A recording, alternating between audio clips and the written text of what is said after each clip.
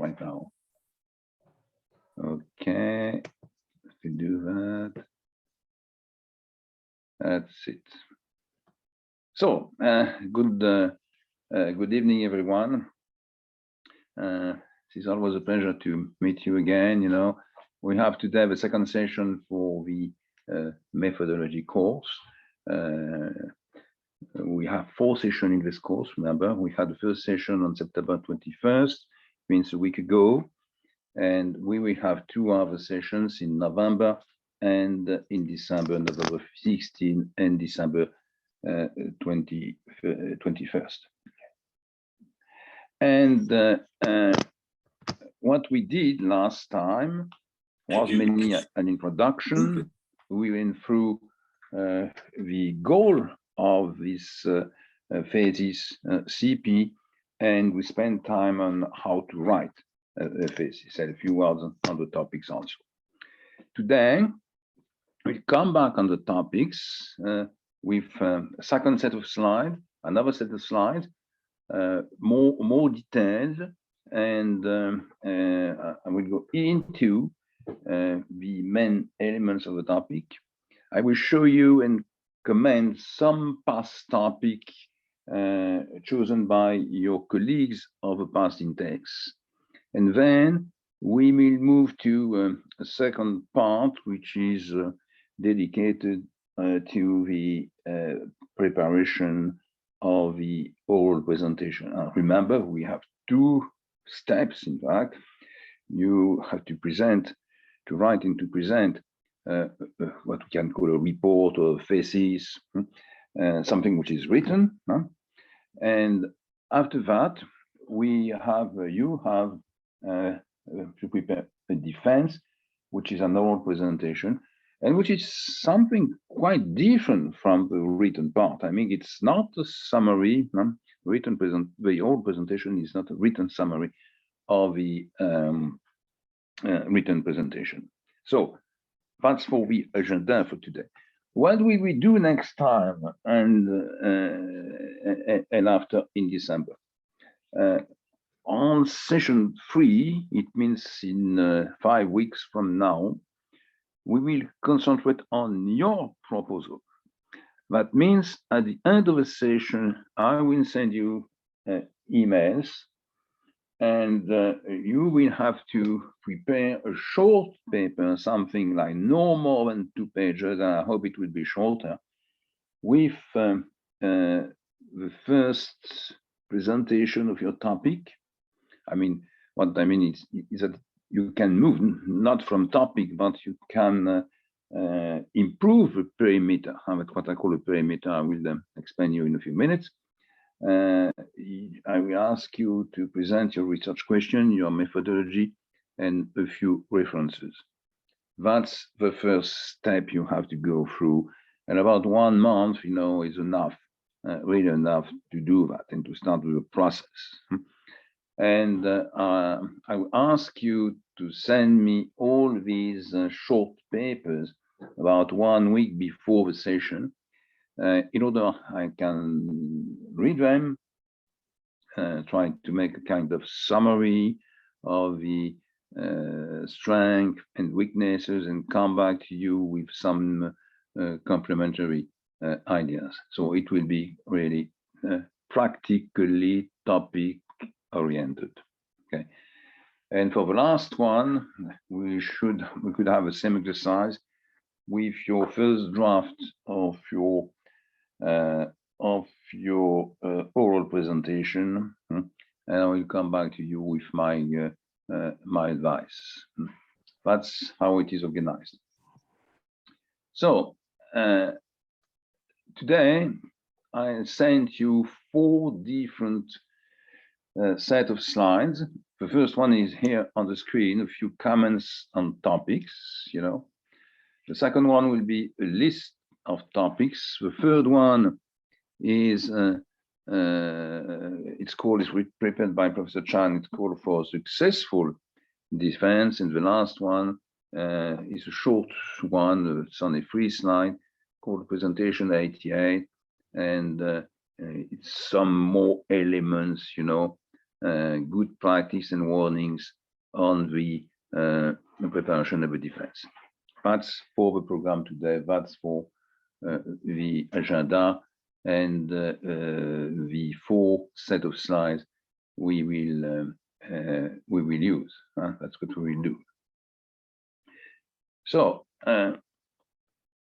I try to summarize here a few ideas, taking into account the experience we had with your past colleagues from preceding intakes, and also the experience I have accumulated, during many years in different countries. Because what you can see is that the difficulties, mistakes done by the students are not dependent on the country or the culture. They are about the same everywhere in the world. So we start with, of course, with slide number 1 and a few words on the definition and the limits. So the first part. Excuse me, sir. Actually, we are seeing your list, the copy list of the thesis, not the slide. I guess you are trying to speak some slides, right? And you should have a few comments on topic. It's not the case? We are seeing the Excel file, not the slides.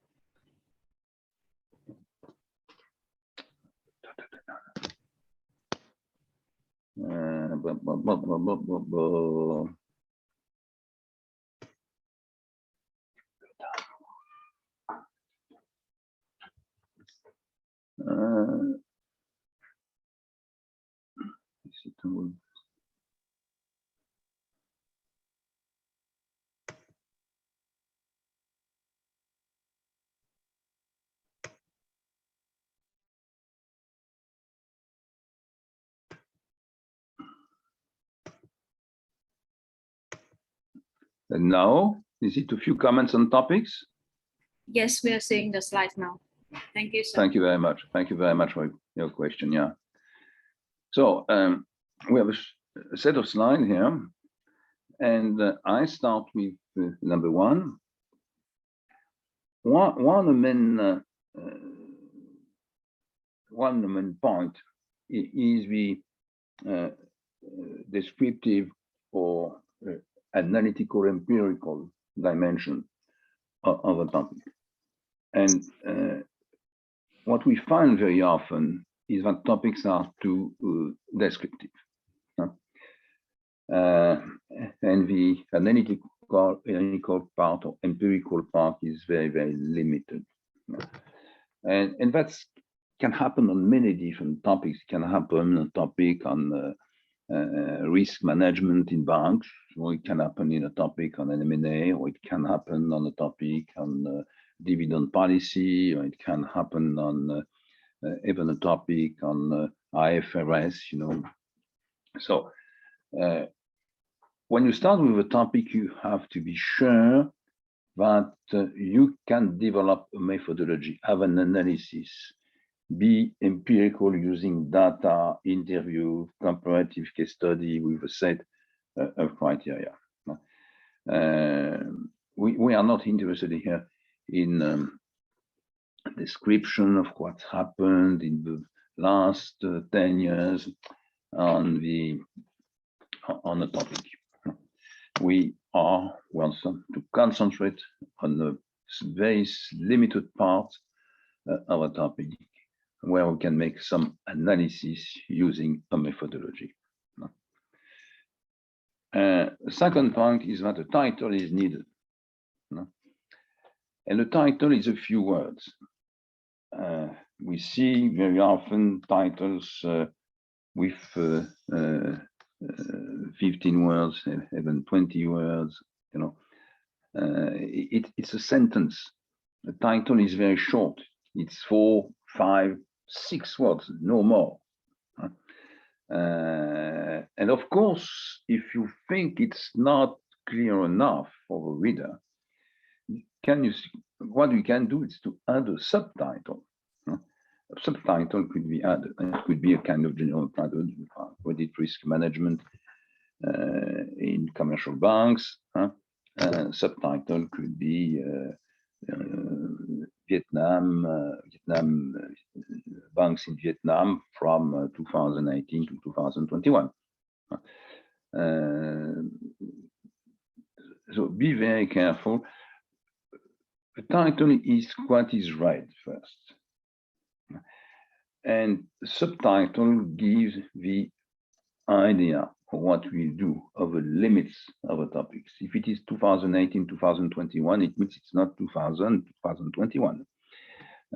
If it is Vietnam versus Thailand or Malaysia, it's not limited to the country, and it's not worldwide. So this has to be prepared and worked.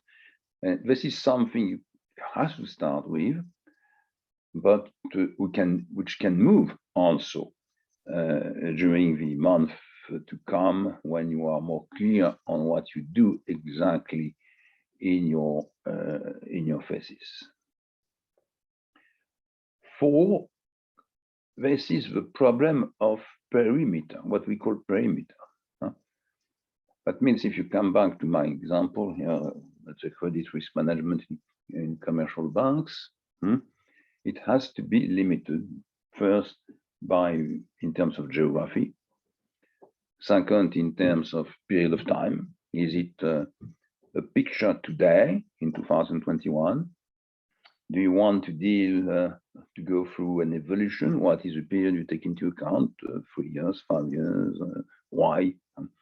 You can do whatever you want, but first try to choose something which is not too large and you are able to deal with, because if you want to find data, in 2005, it becomes difficult, And also, if you need a large number of cases because you introduce in your study 10 countries, it would be very difficult to find the data, and after that to go into the details of the cases and to make the comparisons. So you have a few months. You don't have 3 years working full time like a PhD student. So try to find a limited, reduced perimeter in order to be able to produce a high quality paper. Generally, the main limits are time, of course, region, country, region, geography, let's say. Can be also an economic sector. That's generally the 3 main first limits which are introduced in the definition of a topic. So this has to be written, and I will come back on that, in the first paragraph of your introduction.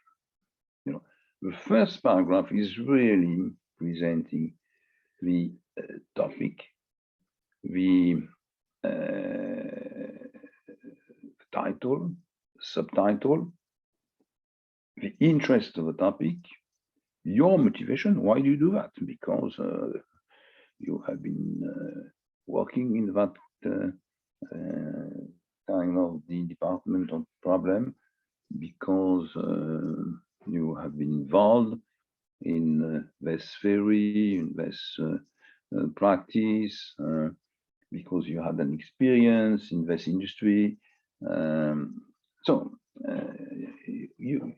want to know your motivation, and then you present the limits, you present the perimeter. What is in your topic? What is in your paper? What is not, even if it is of interest? But you are not here to write a PhD thesis again. So all these points are needed, and this is the first thing you have to think about. After that, you can move further, and you will have written the first paragraph of your introduction perhaps it's a long paragraph compared to many paragraphs you find in papers or in books. It could be even 15 lines or 20 lines, if you need that, but no more. But you have to go into detail and to be very clear on what you do and what you don't do. The second one here, and I already said that, this is some warnings, every year I find students, they want to develop a project, and a project is in fact a case study. A case study is one of the qualitative methods to be used. Other could be interviews, for example. And you can have quantitative elements also. But if you go through cases, if it is possible, try to get several cases, because part of the interest, of course, a comparison between the cases using a set of criteria. You can use your own cases, of course, those you have written, but you can also use cases you find in what we call the literature references. With one condition, you have to say where this case is coming from. The source is coming from a Journal of Asian Studies, March 2020, page 55. But this is a possibility. You develop 3 cases and you find 3 others in the literature, and you use a portfolio of 6 cases in your analysis. Second point, a model is not a thesis. I find regularly, for example, for M&A operations, students who think that to develop event studies is sufficient. So they say, in fact, have a good knowledge of what event studies are, how we can use them, what kind of data we need, and I've got the software, and now I want to make some kind of applications and apply them in order to measure what are the consequences of the announcement of an operation. We discuss about what is the announcement, and after that, they go through the event study in order to find if there is some kind of an abnormal return, as we say. So that's okay, but that's not enough. It's part of this quantitative approach, and this is part of a quantitative approach. But in that case, in that kind of paper, case studies are necessary also, and some interviews also. So a thesis cannot be, summarized or reduced to one case study or to one model. There are methodologies. There are methodologies to use, but this presentation, when you have just a case and something around, or a model and something around, is what you can present for a paper at the end of the course when there is an assignment. This is not large enough in terms of development, in terms of methodology for a thesis. Third point, and this is quite specific to Vietnam, I would say, or to some other countries, for example, I give courses also in countries like Algeria, Morocco, Senegal, Lebanon, Greece. And in some countries, students bring very international topics. That's the case for Lebanon, that's the case for Greece. That's now the case for Morocco. In some others, like Algeria, like Senegal, you know. Uh, the topics are only dealing with the local problems, the local data, the local firm, you know. I think that you have to introduce some kind of international dimension. Or it can be mainly centered on Vietnamese experience and problems. But you know, comparison with players abroad are very useful. Very often you find good practices, you find warnings also to take into account. You know, particularly if you take countries which are more advanced than Vietnam, but not too advanced, I would say. Comparison with the US is easy in many cases because you get the data and many articles published, but US, you know, is much bigger, it's far away, it's more advanced, more advanced, you know. So countries around in the zone, region, can be more useful, and now we get cases, we get data also on countries like Thailand, like Malaysia, for example, or Taiwan, or Korea, and this is very, very useful. So I will also, you know, I will very often come again that try to open the windows and have a look to what's happened outside Vietnam following experience.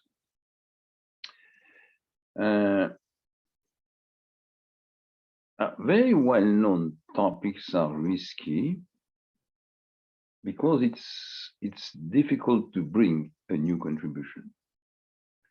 So be very careful also on that point, particularly on theoretical topic. Each year I get in the MEBF 1 or 2 students, they want to do something which is theoretical. You know, had a case 2 years ago on dividend policy. But, you know, I have an analysis of theoretical approaches of dividend policy.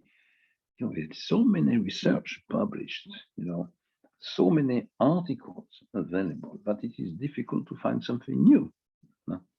On the contrary, you can do something much more practical on dividend policy, with an analysis of dividend policies of Vietnamese firms, taking into account, for example, the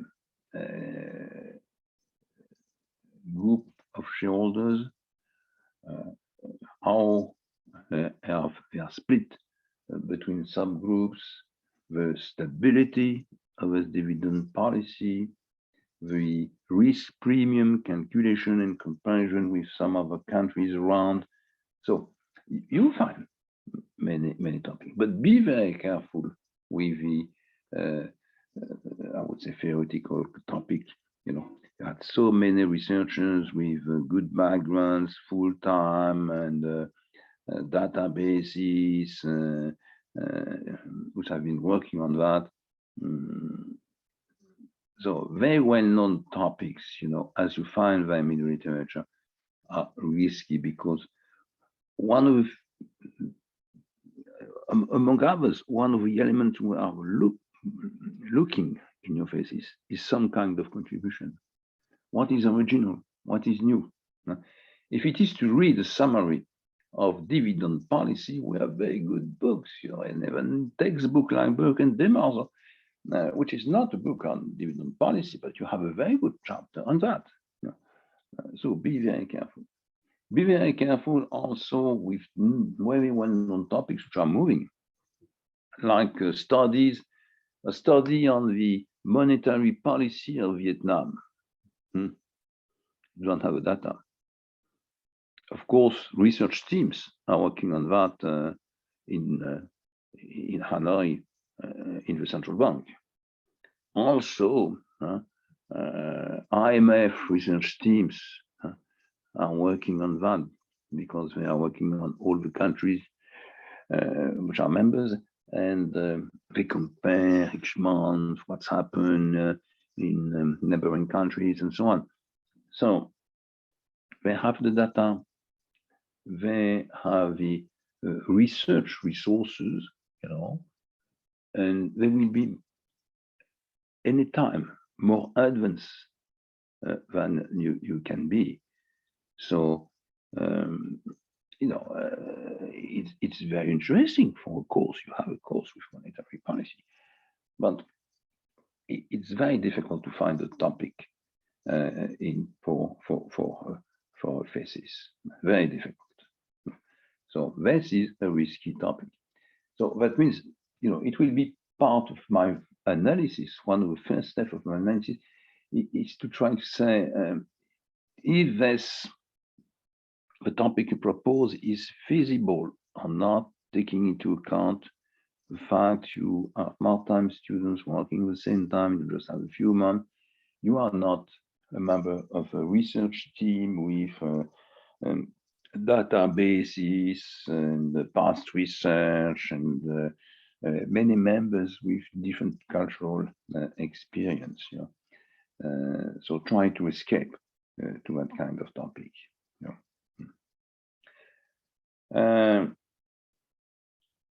Another warning is about up-to-date topics. Last year, I had many proposals on the pandemic and the consequences, how firms are managing the pandemic.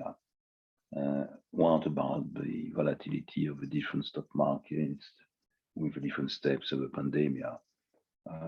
What are the consequences of the pandemic on the returns with a comparison different economic sectors?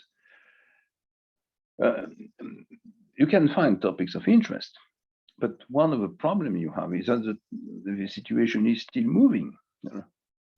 A topic, it's quite easy to study when the crisis is over.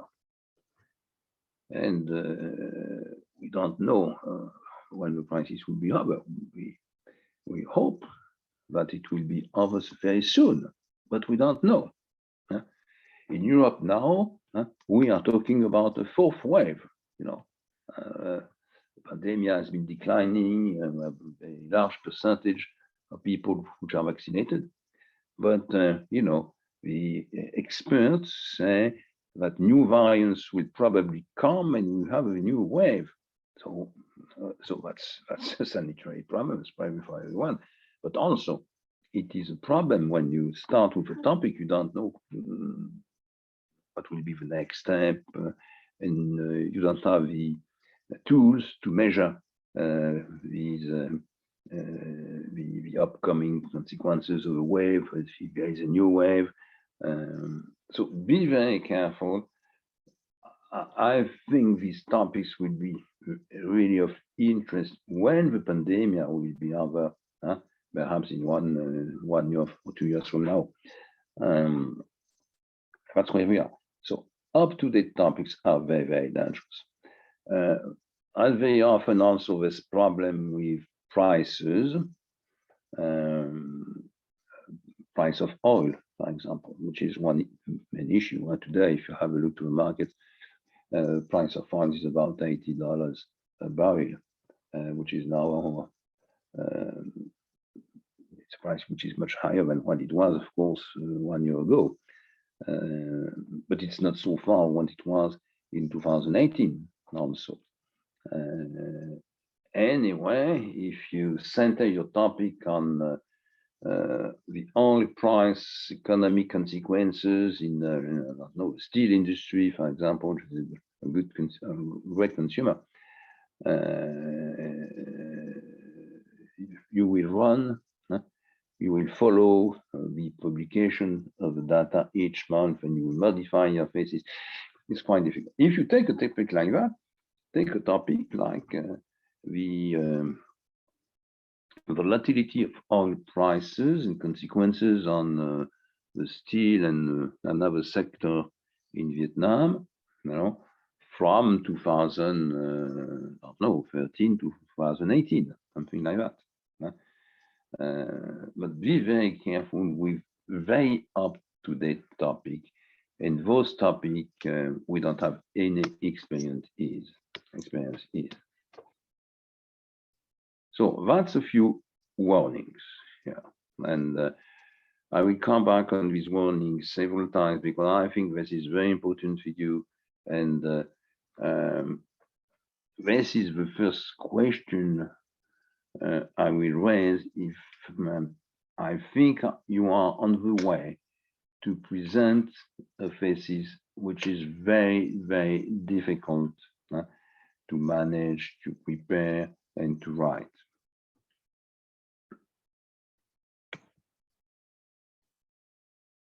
Now, you know, I wanted to give you these elements in order to have a good topic and a good first paragraph of the introduction. You probably remember or know that the second paragraph is on research questions. That means you have to find research questions, and this is very central. Because what we are waiting for at the end of a thesis, that's elements of answer on your research questions. Or we know, again, we don't have necessary time to go into the details on all the dimensions of a research question. But we are waiting at least for some elements of answer and something new, a new contribution. So this is my first point here on that slide.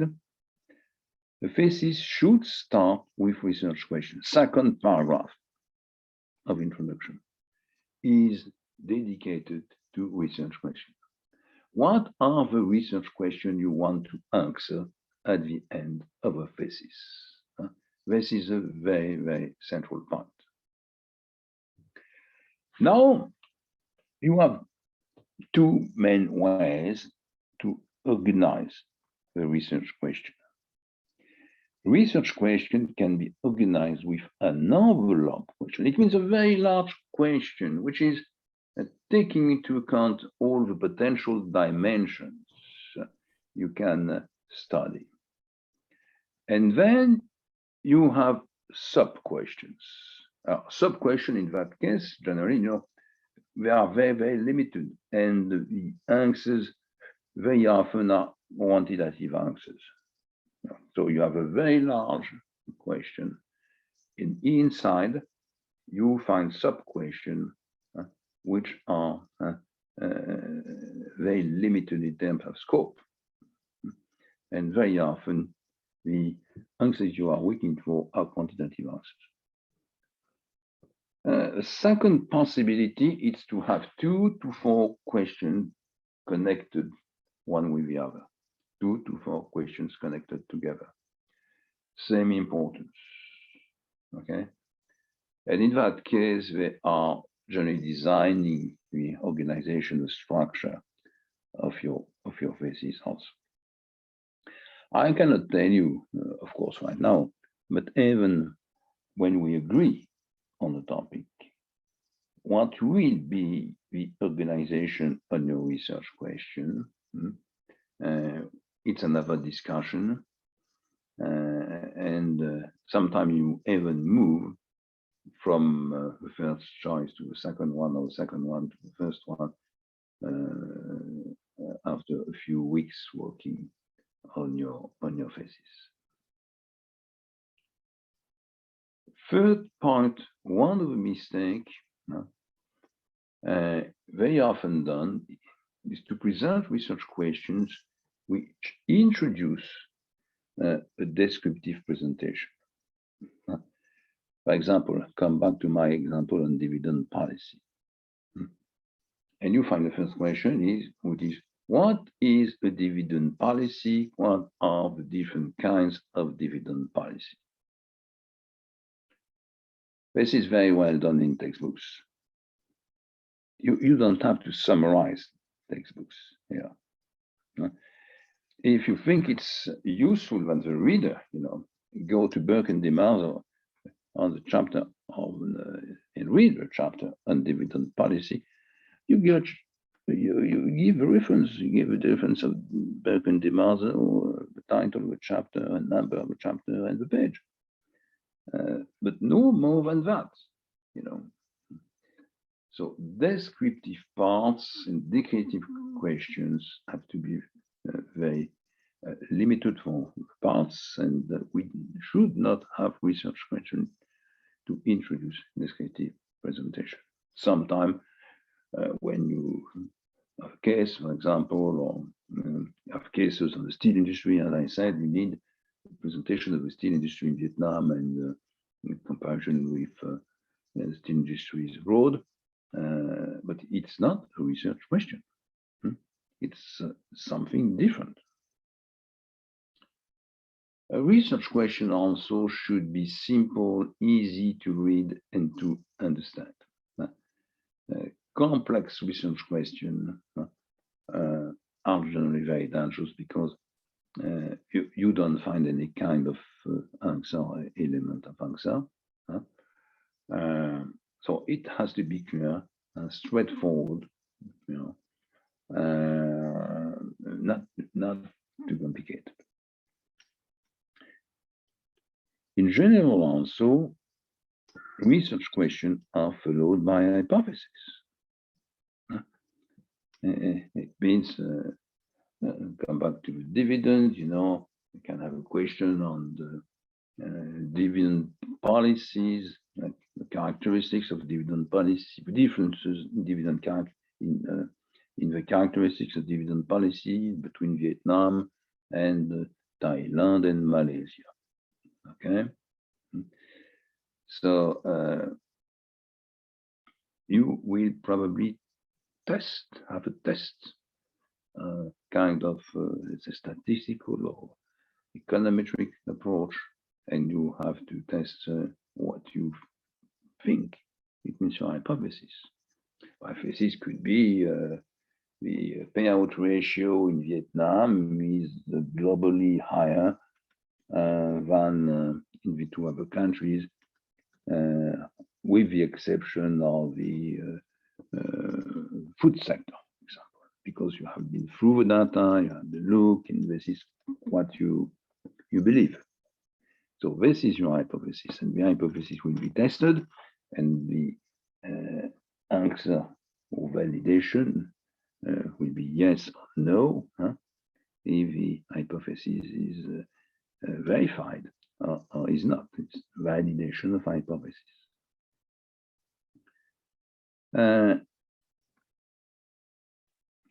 In some proposals last year, no research question was presented. And of course, it becomes very descriptive. So this is not what we are waiting for. And I ask for what we call major modification in that case. So you cannot have, you know, a thesis without a research question. This is a very central point. So that's what I wanted to say on this research question slide.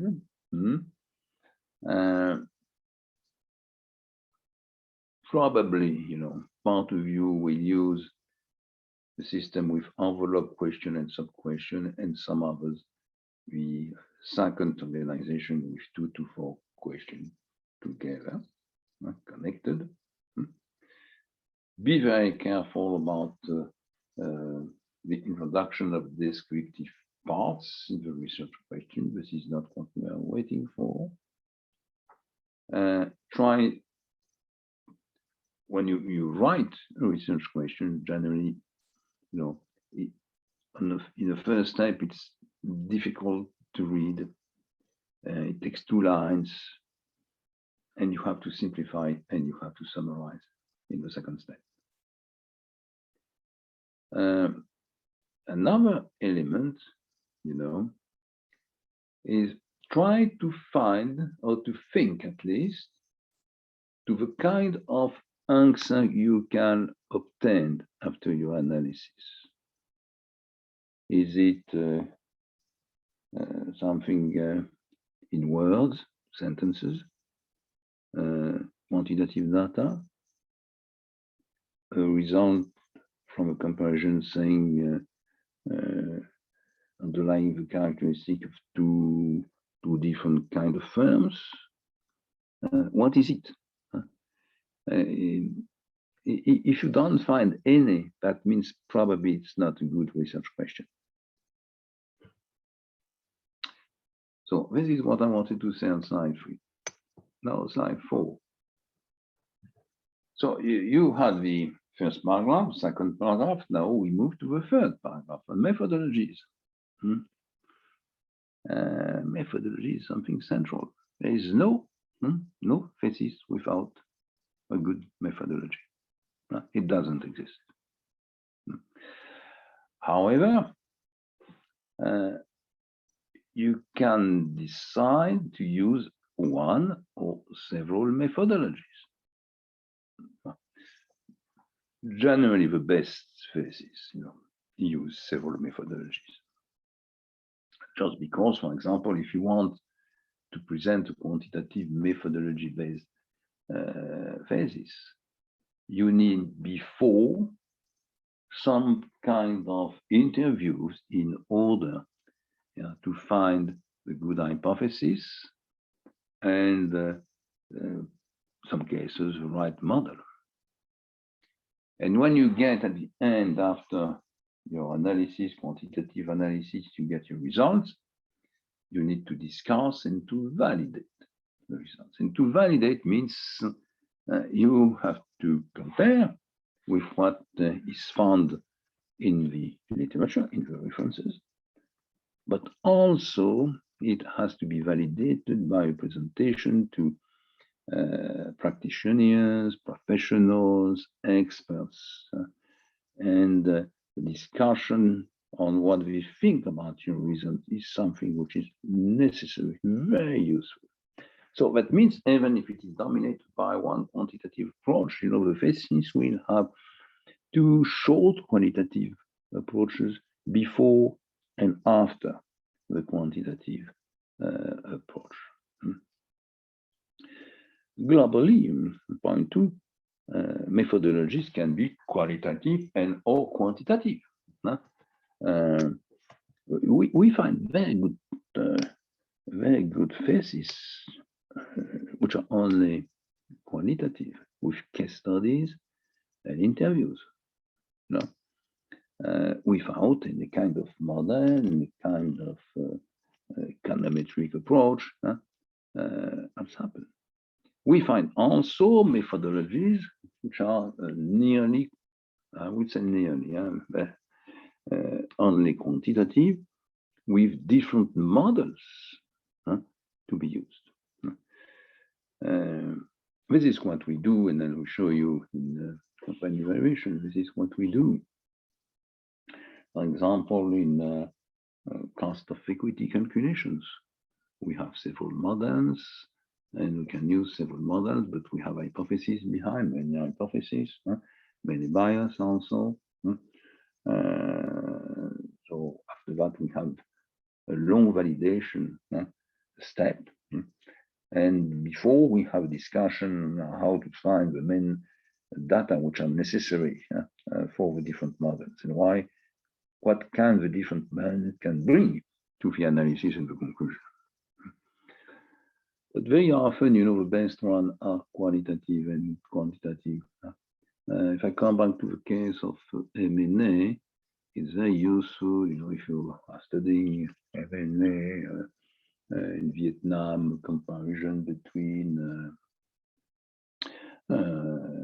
two economic sectors, or if you take one economic sector in Vietnam, the banking sector, for example, and compare to countries around, you will use both.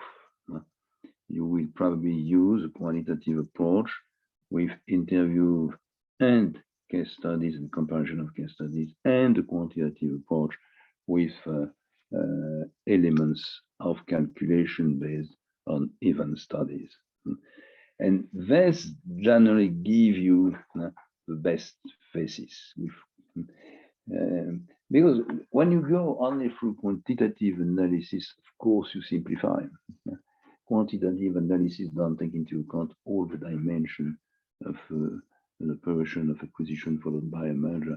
You have many different aspects which are not integrated into the data, tax policy, the administrative constraints, the culture of the different teams, the management, organization, restructuration. This is not really taken into account. No, this is so simplified by part of the dimension, part of these consequences are forbidden. So remember that if you generally a topic which is well defined, the perimeter is clear, reduced, a good title, you are very clear on your research questions, and you can use at the same time in this phases quantitative and quantitative answer gives at the end good phases. Point 3, be very careful on the interviews. No, students sometimes think that interviews are just kind of conversation you can have with someone else drinking a coffee or a tea, or Coca-Cola. An interview should be organized. An interview is meant to collect information or to validate information you have already collected, or to validate or not hypothesis. So you have to use a method. Methods, you have to basic methods, the first one, if it is a short process, I mean, you have an interview of customers outside the bank on a new product or on the new software used by the bank. It's going to be very short. I mean, 6-7 questions. But you will have a large number of interviews. On the contrary, when you go, for validation process of your M&A result to a bank expert or to a CFO with an experience in M&A, generally you will take time, have a questionnaire with different categories of questions, and you will collect information which very often will be used also afterwards in the quantitative model or approach. So interviews have to be really organized, and the time dedicated to the interview is one of the central elements. When you have a very short time, the customer just outside the bank, it cannot be a questionnaire. It's more like an interview guide with limited number of simple questions. When you are going to an expert or a professional with great experience, if you obtain something like let's say 40 minutes, perhaps, you will have time to go into the details of a well-structured, prepared questionnaire. So there is no contradiction between the questionnaire and the interview guide. Very often, you have two categories of interviews, those limited in number with experts, and those large number of persons interviewed, but with a very short, a few minutes dedicated to each interview. And on this analysis, for example, on retail banking, when you need at the same time the inside information and the customer feeling, you find interviews collected at the same time by questionnaires and interview by interview, and information collected by using interview guide. Point 5, the data collected can be used or analyzed either with data analysis method or introduced in the core on a kind of, I will not say descriptive, but with simple tables and comments. But anyway, the data have to be analyzed. So, in terms of presentation, I will come back on that. You will have appendixes. And appendixes, you know, or exhibits, put them as you want. There is a standardized process. Number 1 is dedicated to all the tables, figures, graphs you have in the core.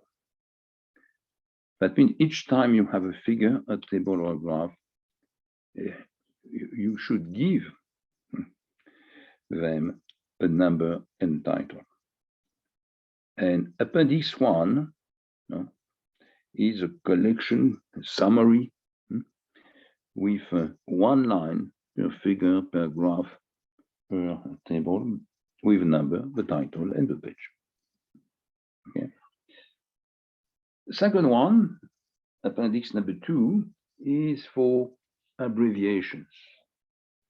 It means if you have abbreviations of the name of a bank, if you have an abbreviation of the international institution, IMF, for example, in the core, you should, in this second appendix, somewhere have a line with IMF, International Monetary Fund.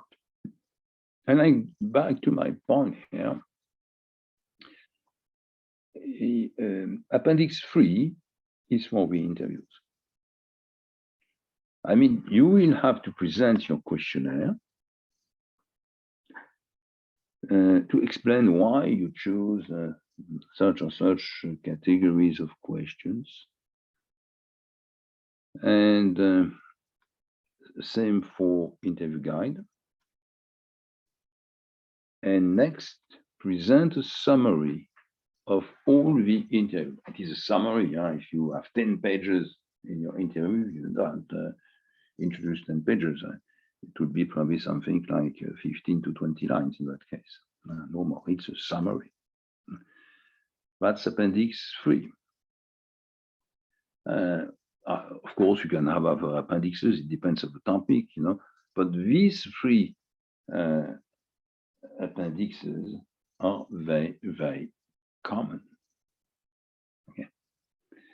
That means that for your information collected through interviews, either by using the questionnaire or interview guide, of course, you use the information in the core, but you don't present and use the information, the questionnaire, and each interview. This is in an appendix. That's a few points on methodologies. Well, opportunity later to come back on that, of course. Another element here, the first one was mainly quantitative and general. Generally, a few proposals in the MEBF intakes, including quantitative methodologies. It seems, of course, simpler to make interview and to develop a case study. But for example, last weekend we had a first set of 8 defense for students from intake 17, and we had to do propose 2 phases.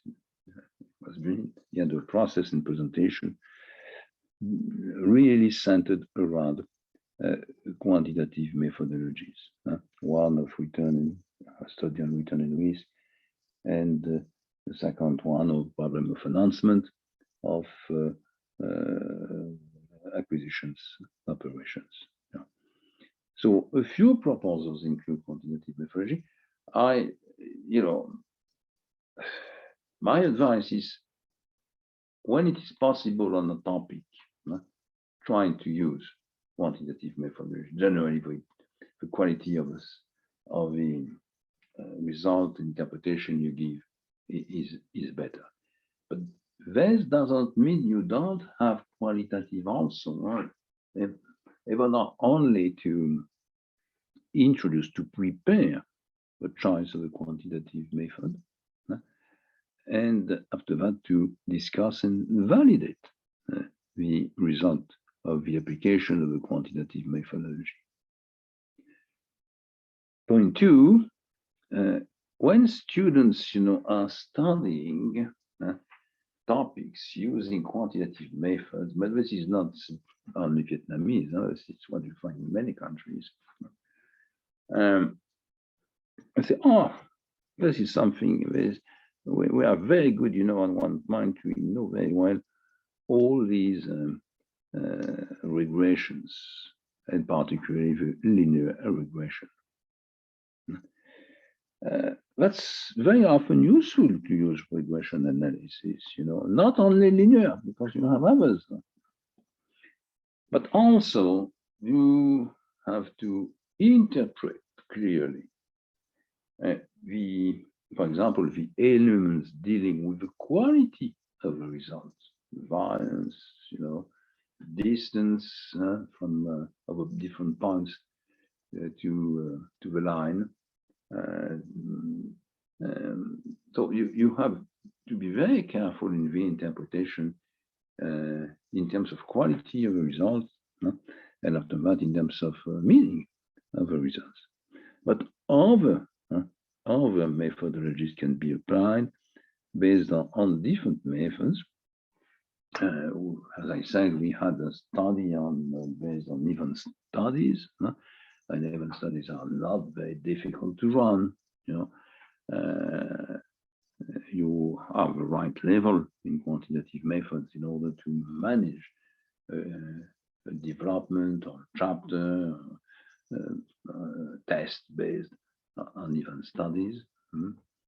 We had in the past also very often scoring methods. Scoring methods are mainly used on problems, studying problems of risk, liquidity, solvency, either in an economic sector, either on banks, for example. And this is not very difficult. Models are available.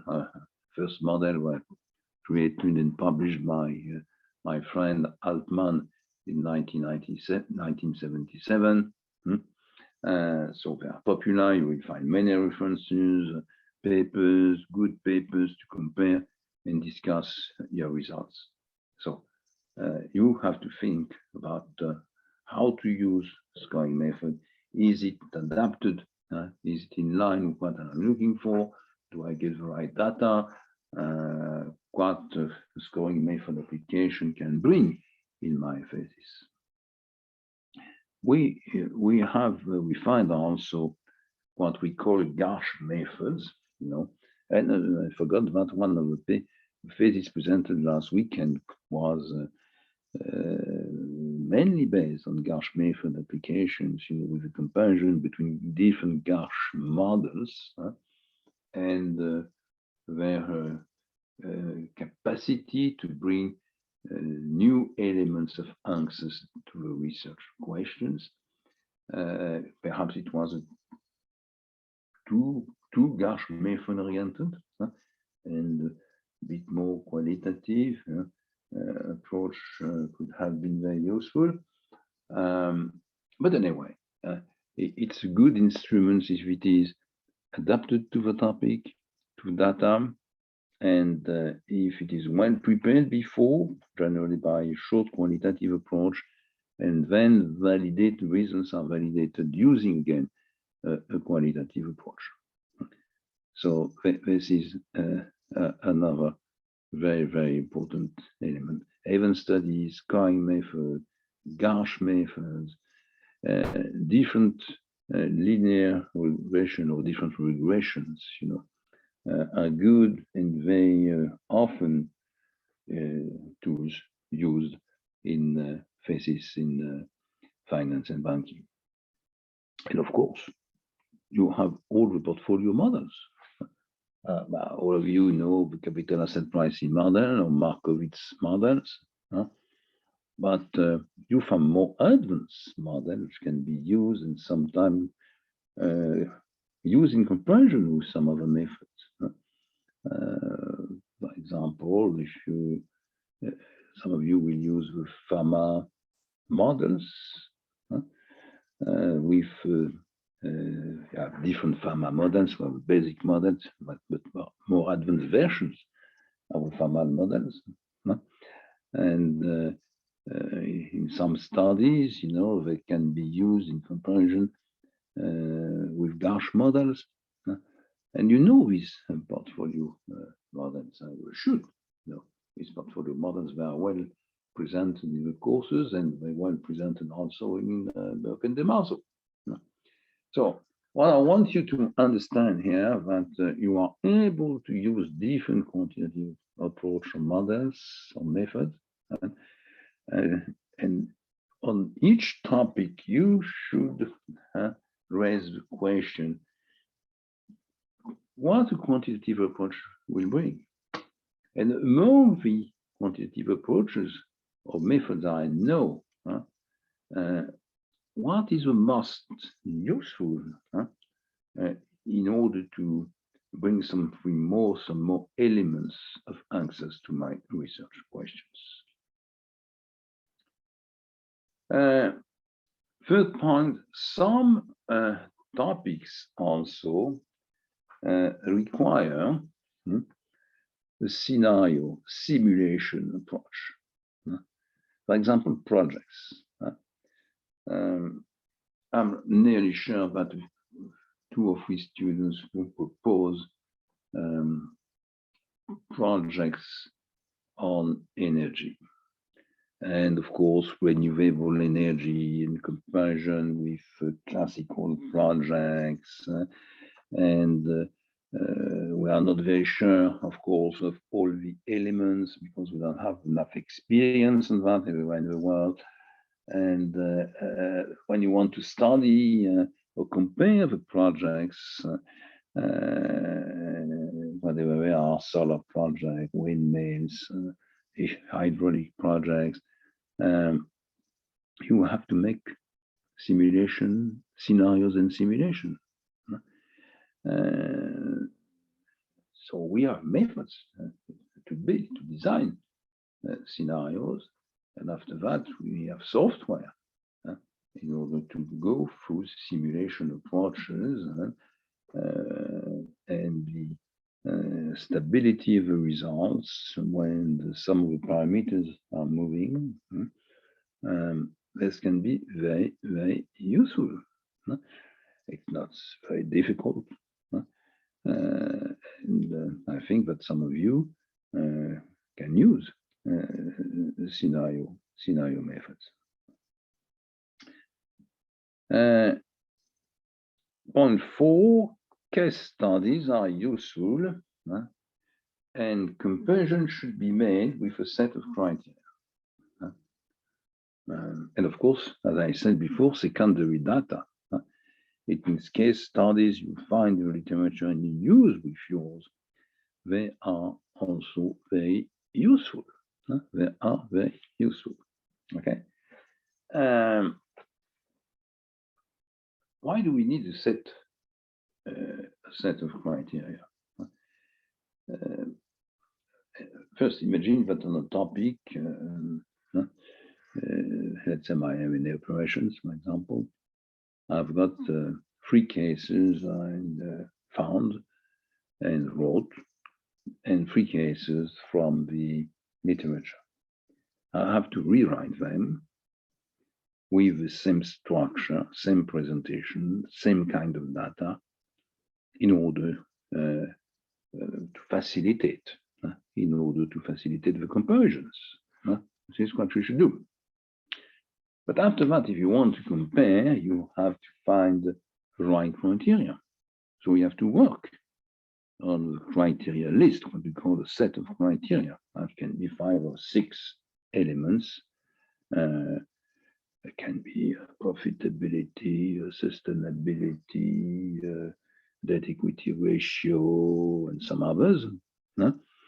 And you can design a table with criteria on one side, on the other side, the name of the projects, and you fill progressively the different slots, and then try to comment, generally starting with similitudes and differences, strengths and weaknesses, and with a proposal at the end of ranking. What is your preference and why? So, case studies, it's not only a kind of story you go through, it's much more than that. We need standardization, we need criteria, we need measurement, and we need identification of similitudes and differences. And at the end, very often what is needed is a choice, taking into account the strength, the weaknesses, and so on.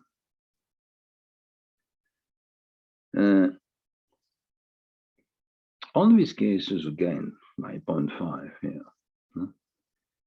here, cases can be found in references. That's the reason why, of course, you use Vietnamese references. But, on many topics, the best references are not local references, but they are worldwide. They are foreign cases. And many foreign cases are available around. So use them. And very often, these secondary data, they bring you, and I've mentioned, you don't find in the Vietnamese case, of course, are the differences between countries in terms of culture, in terms of regulation, in terms of taxes, in terms of legal environment. This could be introduced by these comparisons.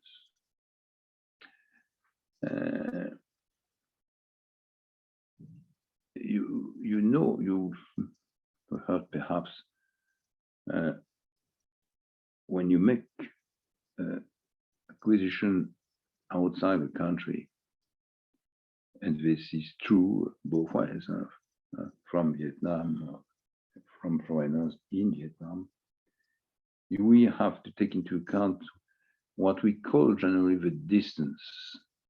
And the distance between countries is not only the number of kilometers or miles between the countries, which is one point, but it's also distance on many other dimensions. This is what is on the second line, 1.5, legal, tax dimension, geographical distance, of course, climate, culture, and some others.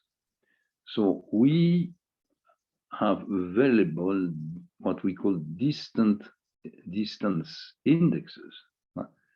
They are mainly done in Rotterdam, Erasmus School of Management, by a team run by Professor Hofstedt. If some of you are interested in that, I will give you references.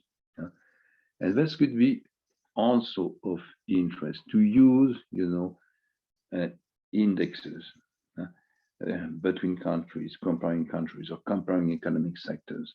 Also, we have a lot which are available and can be introduced in your analysis.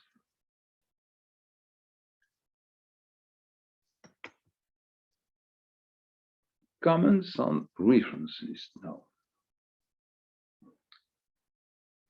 The main priority for you will be to write a first draft of your introduction. At the moment, 3 paragraphs. First paragraph on the topic, remember that? Second one on research question, third one on methodologies, and later you will write a last one on the presentation of a chapter. But simultaneously, what you have to start with is a reference list. This is very central. This is not what you can try to present, write and present at the end. This is the beginning. References is compulsory. It is a priority. So that means that you will create somewhere, on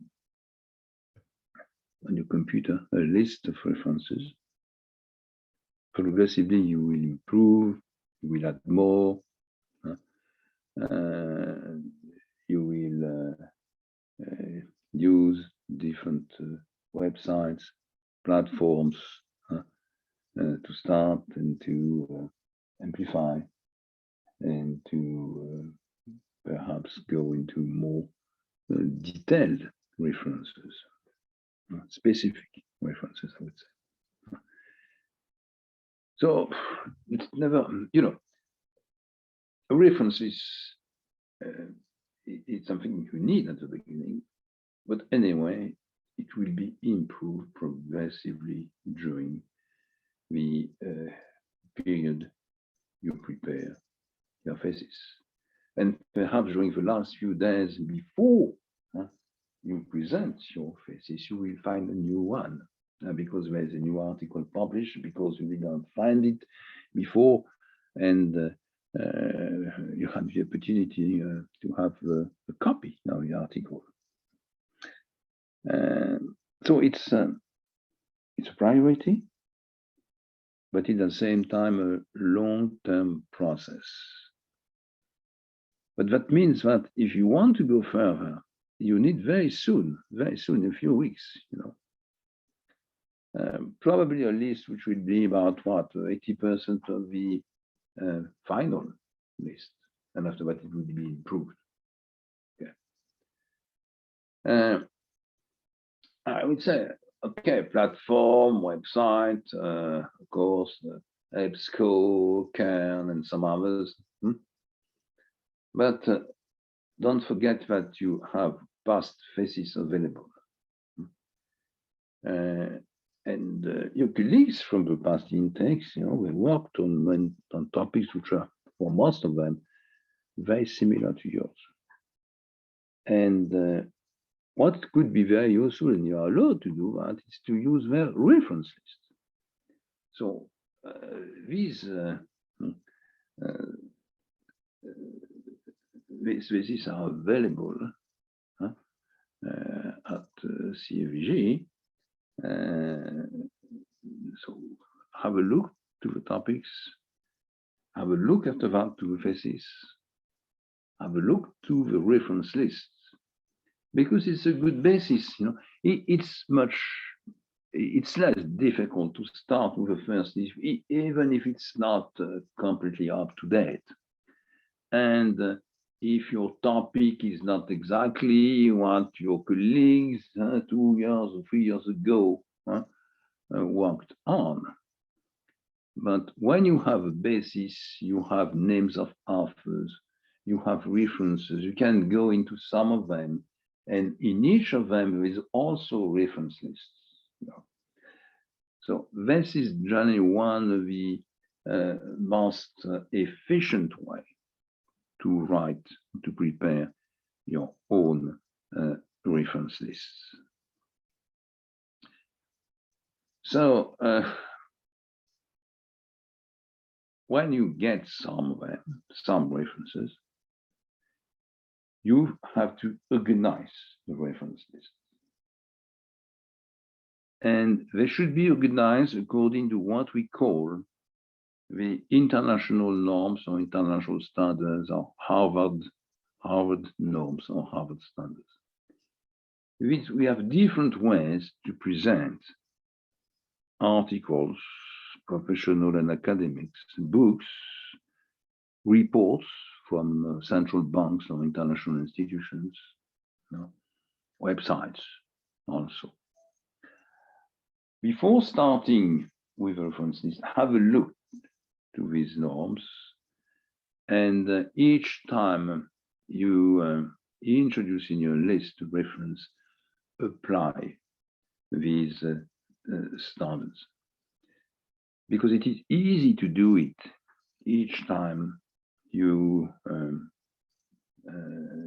identify your reference. But if it is not done and you have to do it, a few weeks before the defense, it will be very difficult because you have forgotten, and you have no time available. It will be a nightmare. So do it now. It will be much more simple. 5, what should I do with my list of references? And very often, and very quickly, you will get something like 50, 60, 70 references. And say, okay, I'm going to read. And you start reading one article and you understand very quickly that if you do that with all the articles and books and reports identified, it's not, possible for you. You don't have enough time, clearly. So you need a method. And the method is the following one. First, you have to read all the abstracts. If you have 60 references, you read 60 abstracts, which is a good method. It's not very long. And when you read the 60 abstracts, you have very quickly a good idea of what the authors are dealing with.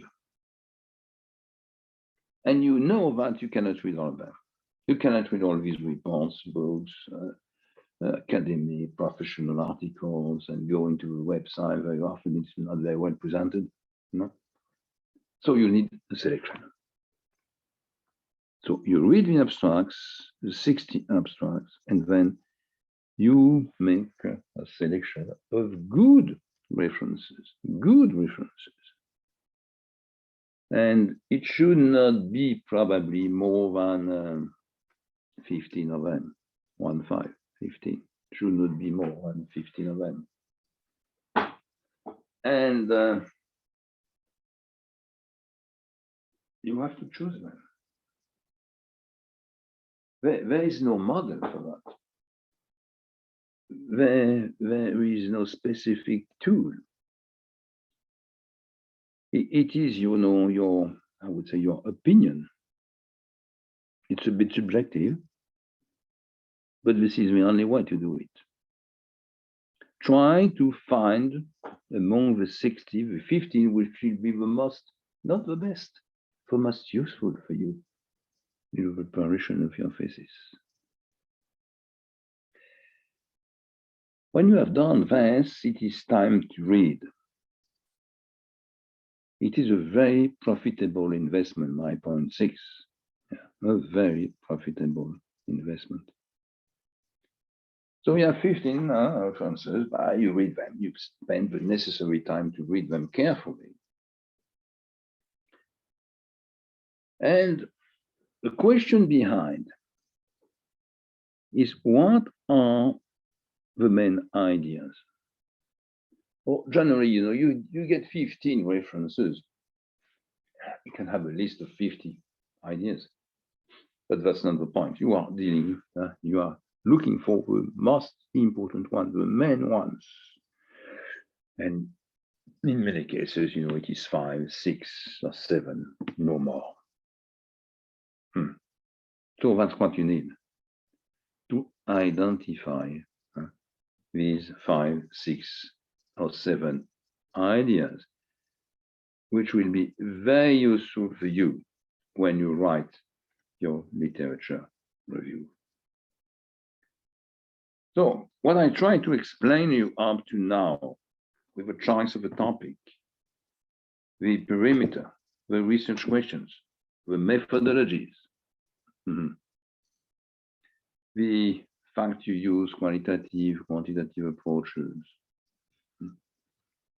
and the identification of references, the way to present them, the selection of a small set, and the investment in reading this limited number of references. That's what you have to do first. And this is what I am waiting for you, from you, in the first part of the first step. And this is what I ask you for the beginning of the month of November. You have to be there. I don't want only 2 lines with a topic. I want all this clearly developed. No more than 2 pages. But there is no way to go further if this is not done. This is compulsory. This is a priority. And this is urgent.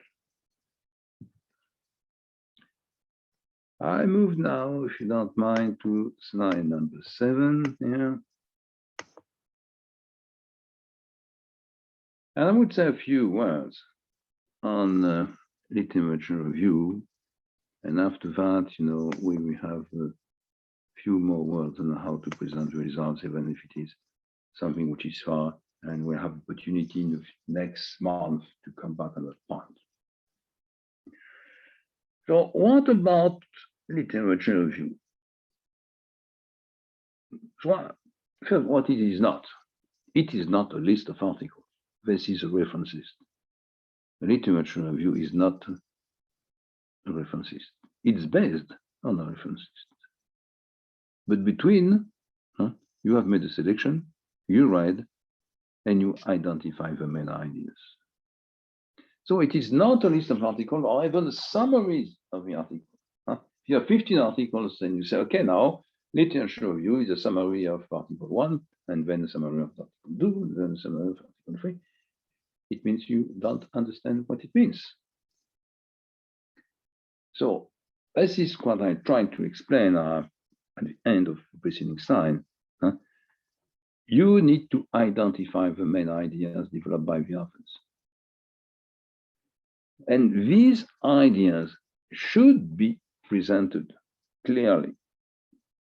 Idea 1, idea 2, idea 3, idea 4, and so on. So the main ideas will be presented one after the other. And for each of them, we need some information. We want to know who is working on that, or who has published on that. By the way, 2 or 3 authors, no more. What were their research questions?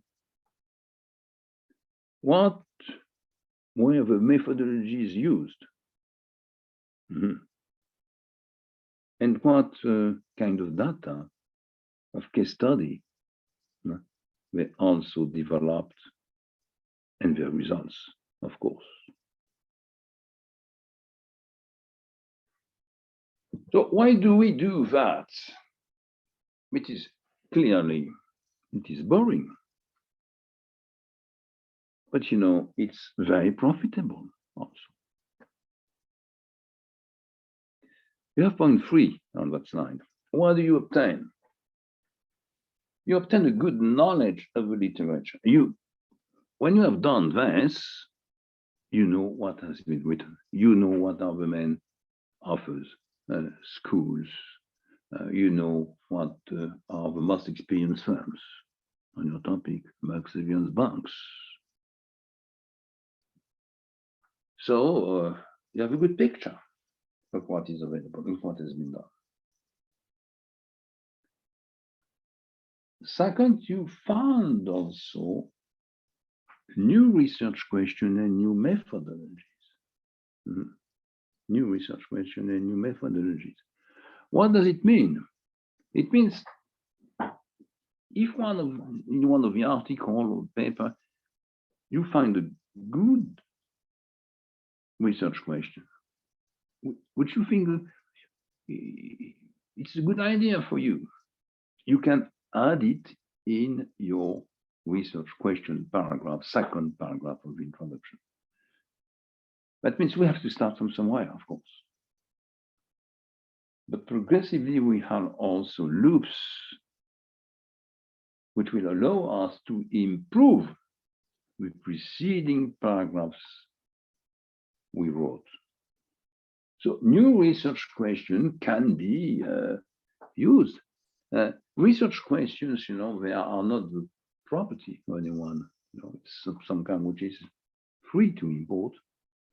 Or you can explain also that you take this research question when you find it in the paper by Smith written in 2015. Same for methodologies. Sometimes you find an idea on methodologies, particularly in quantitative analysis, which could be useful for you. Don't hesitate to reintroduce this methodology in your methodology paragraph, third paragraph of your introduction. Something which is also very useful is to have a look for material. What does it mean? In these articles, you have identified and introduced for presenting the different ideas. You find reference, you find material. And material means mainly two elements, case studies and databases. So this is already what I said on case study. If you find a good case study, it could be useful for your analysis, and you make M&A in the banking system in Southeast Asia, for example, and you find you will have your own case designed on Vietnam, but you can use, in order to develop your comparison, case studies already done and presented in articles on Thailand, Malaysia, some other countries. So you can use it. This is secondary data. The only thing which is compulsory is to say where they are coming from. Source. Now, if you are very lucky, you are reading articles, and you will find a link. And if you use the link, you see that on your screen appear a databases. This is, a dream. This is bingo. It means that now you have a databases, and you can also use this databases. You have to, when you present the databases, you have to say where it is coming from.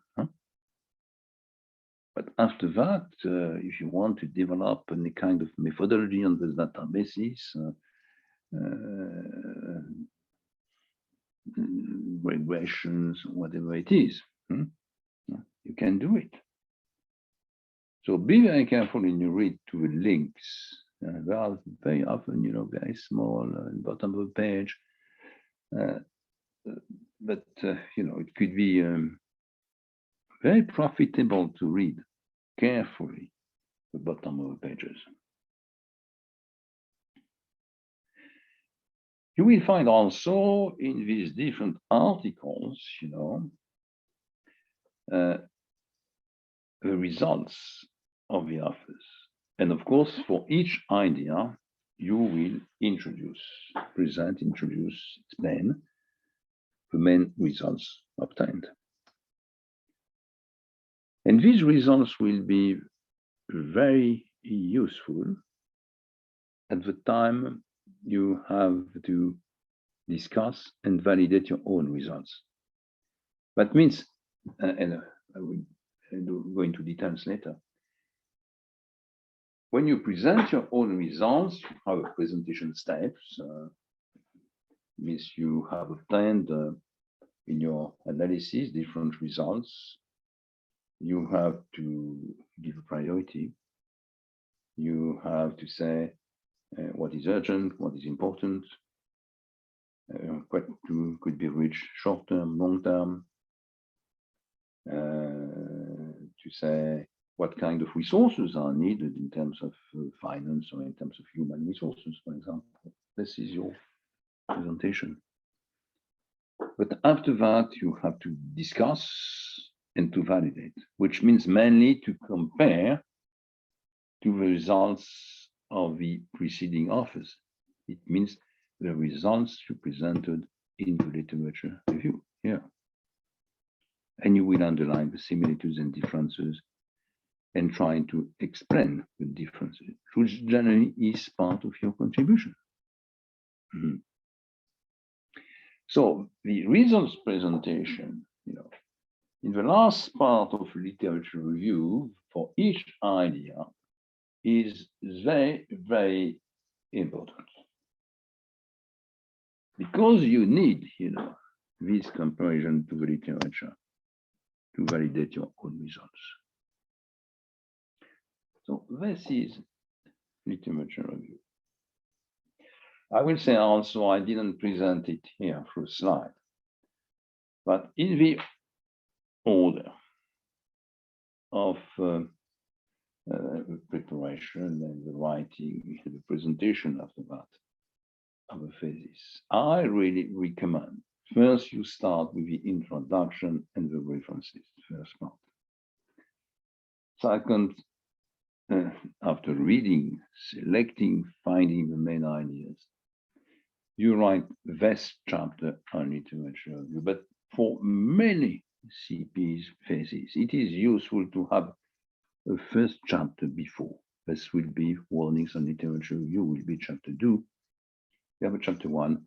And chapter 1 will be a chapter on the context, environment, context, environment. And it's a very different writing. This literature review writing is an academic writing.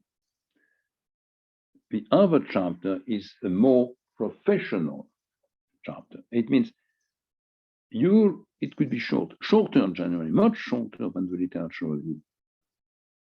And it could be, 5-6 pages, but written as a high quality professional article. The kind of article we'll publish on your topic. If we ask you to write an article for a high level international financial or economic journal like Financial Times, like Business Week, like British Economist, or some others. So this is January chapter 1 after the introduction, chapter 2 being the literature review. And these two chapters, are the second part on your work. So you start the introduction, reference list. You read the abstract, make a section, read about 15 references, find the best ideas. And at the same time, you can write, the order is not important, chapter 1 and chapter 2. Chapter 2, as we said, is a literature review, identifying the main ideas of the authors, with their research question, with their methodologies, data use, case studies, and so on, the results. And on the other hand, chapter 1 is a professional article, much shorter, different writing, explaining what is the topic, where we come from, what are the questions raised today, what could be the expectations. That's all. And then you are at the end of the second part of your study. Part 1, introduction references. Part 2, chapter 1, chapter 2. Generally, we say, for chapter 1 takes about 1 month, 5 weeks. This is what I ask you for the beginning of November. Part 2, it's a bit longer, and I would say, if it is a bit longer, it will be done for January the 1st. That's the schedule right now. Okay? After that, you will have a third step. And the third step, I will have time later to come back on that. It's your analytical empirical part. This is the most important part of your thesis, anyway. That's where you use your methodologies, qualitative, quantitative. That could be organized into 3 or 4 chapters. The number of chapters is not important, Yeah. And the structure of a chapter could be the research question, could be the methodologies, could be also the main ideas you found in your literature review.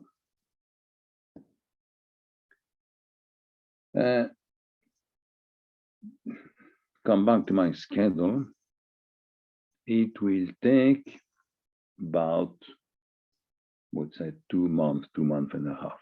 That means if you finish step 2 by January the 1st, it will be over by March 15.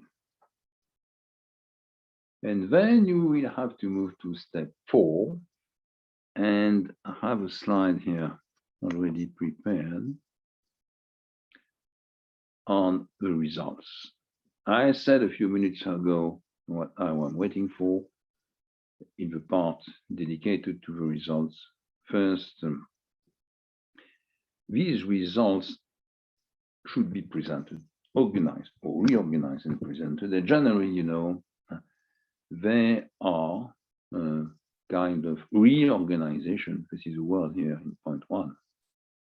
Restructuration, rewriting of the partial conclusion. That means that in the different chapter before, the 2 chapters of step 2 and perhaps the 3 chapters of step 3, I recommend to write short introduction and short conclusion for 2 reasons. The first one being, the simplicity of reading of the member of a jury, of any persons you will send your thesis. Always think to the reader. And the second point here is that if you summarize clearly your 2 or 3 main ideas at the end of each chapter, when you write the presentation of the results in part 4 and step 4, your work will be mainly to reorganize, restructure all the partial conclusions, results, taking into account, their fact they're urgent or not, important or not, the resources which are needed, financial, human resources, for example, okay, the possibility to reach this result in the very short term or medium term or in the long term.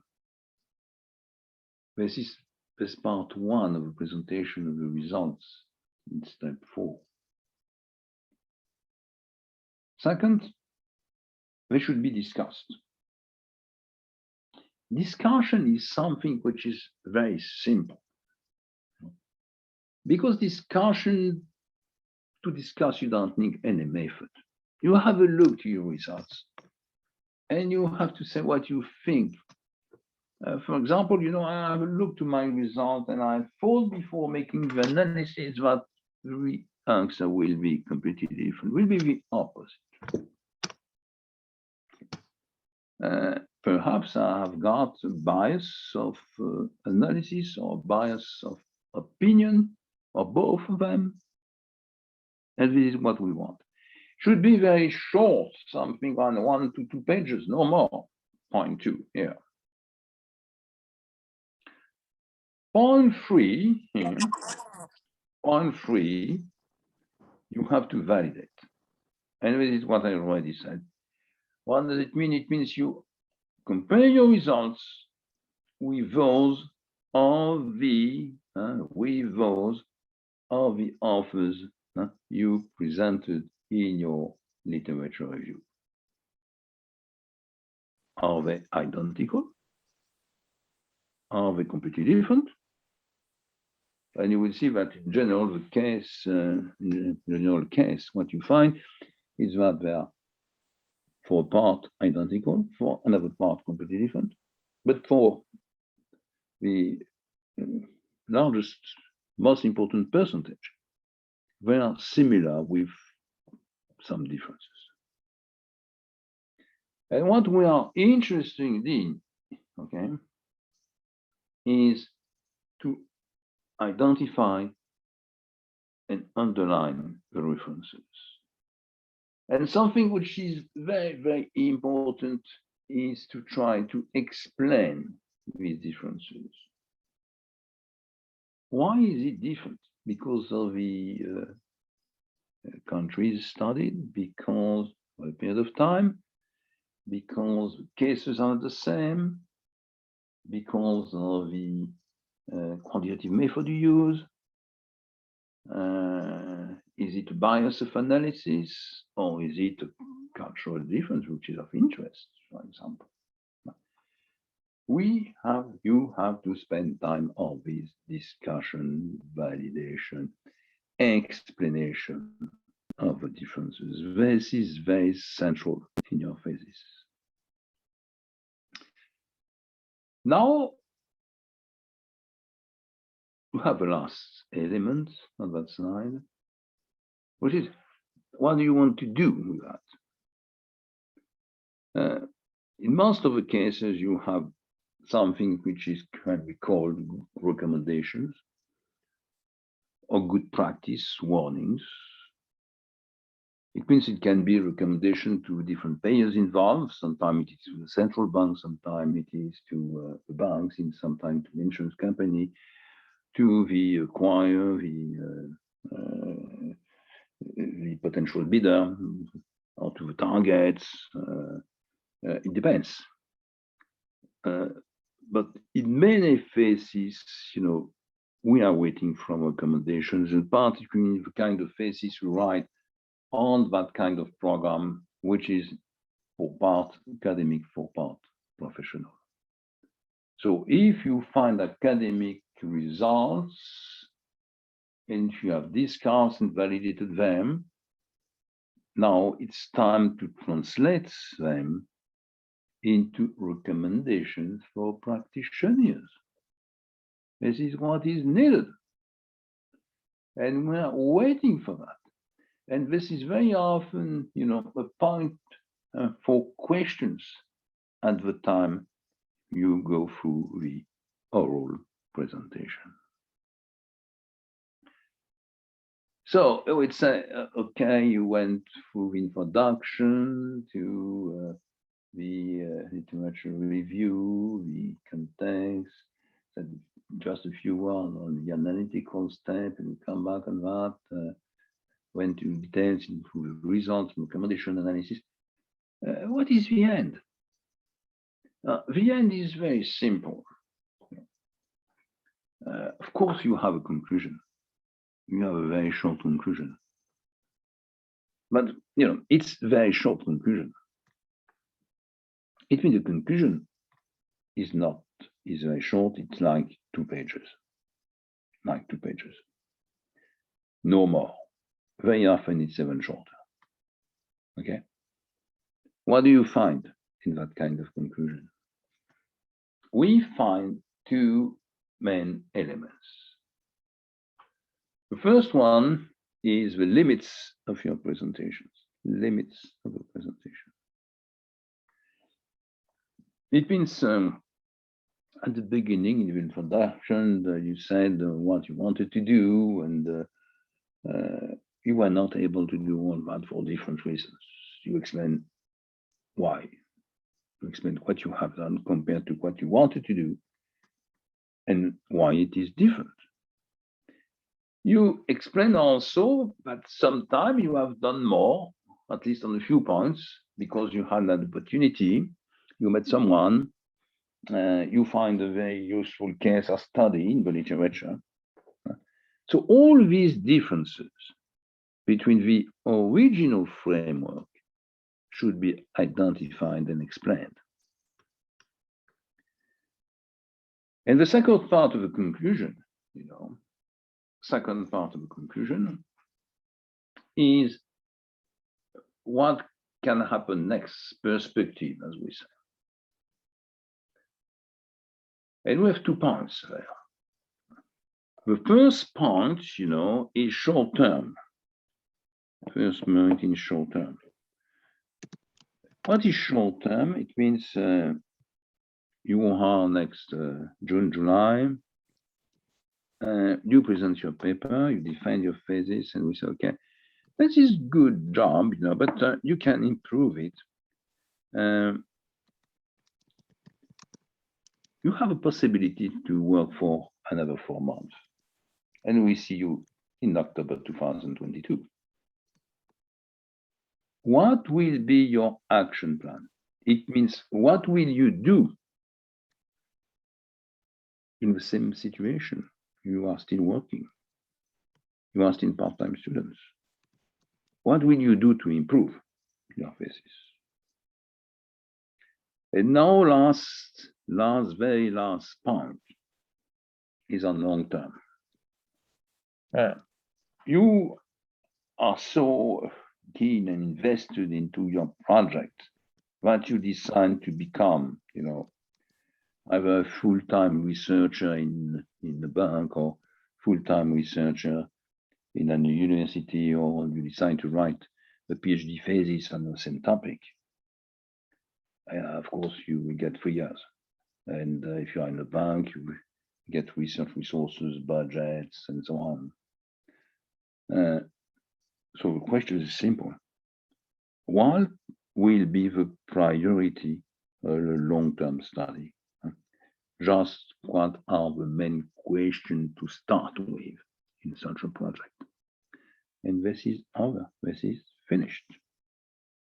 Okay, at least for the core. I explained you already a few minutes ago what you will find after the conclusion. Bibliography, what we call references to bibliography, and then appendixes. Now you will find also a few pages before the introduction. And it's very simple. In fact, you have a cover page.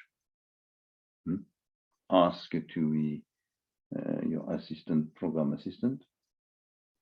After that, you have a first page with your name, mine, BF, intake number,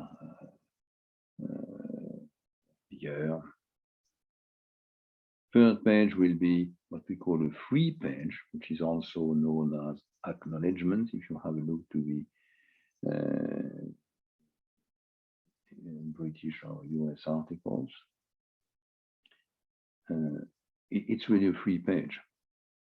You can make a drawing if you like, but generally it is a quotation, and it's a thank you to your cat, to your dog, your another animal who is working for you at night, when you write your thesis.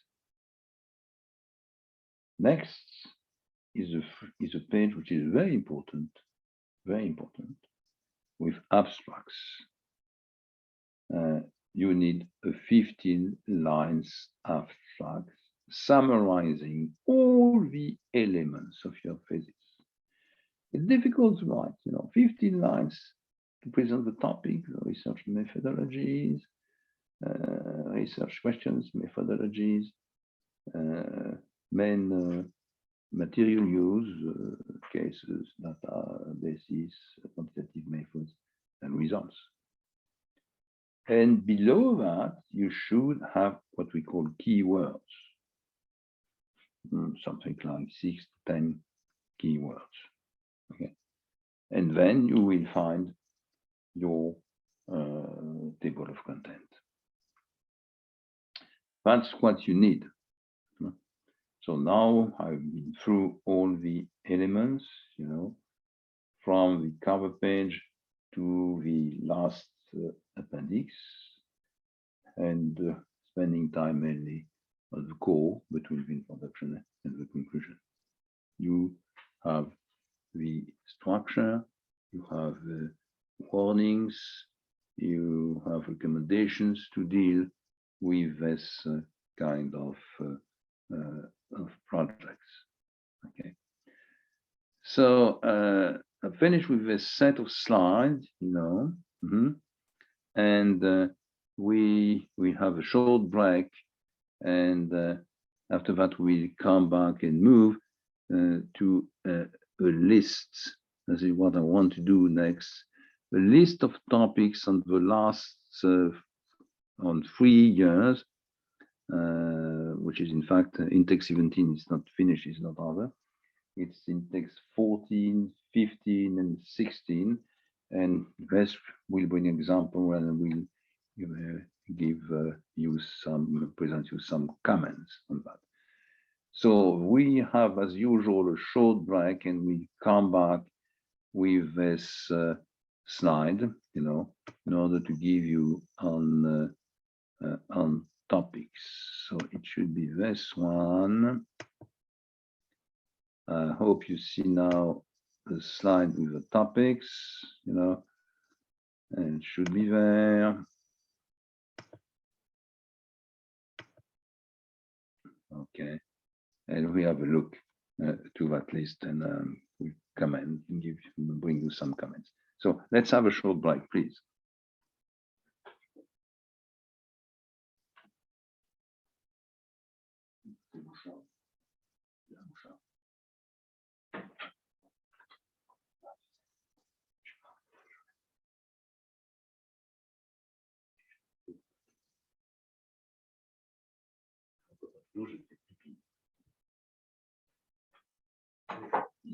C'est ça ton problème?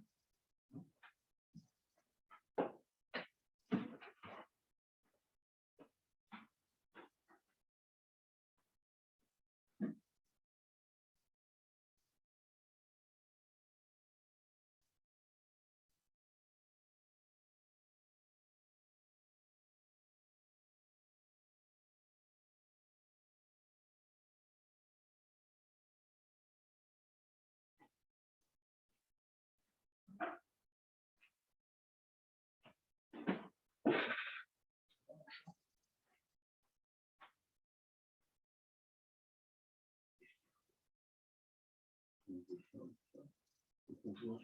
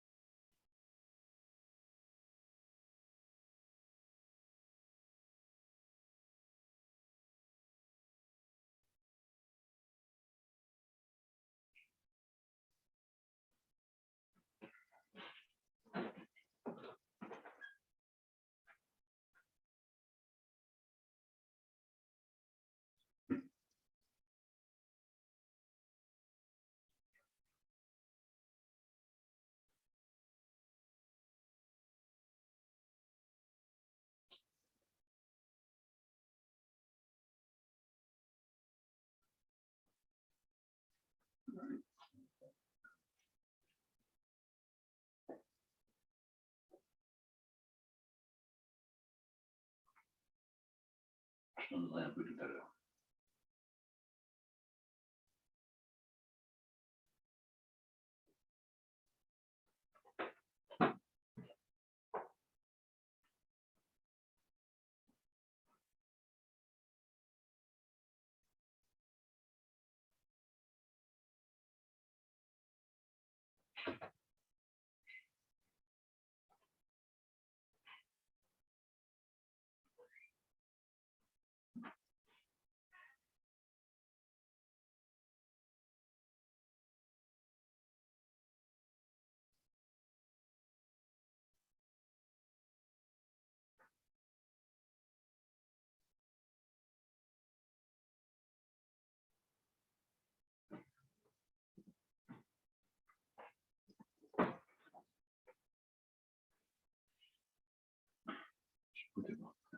Okay.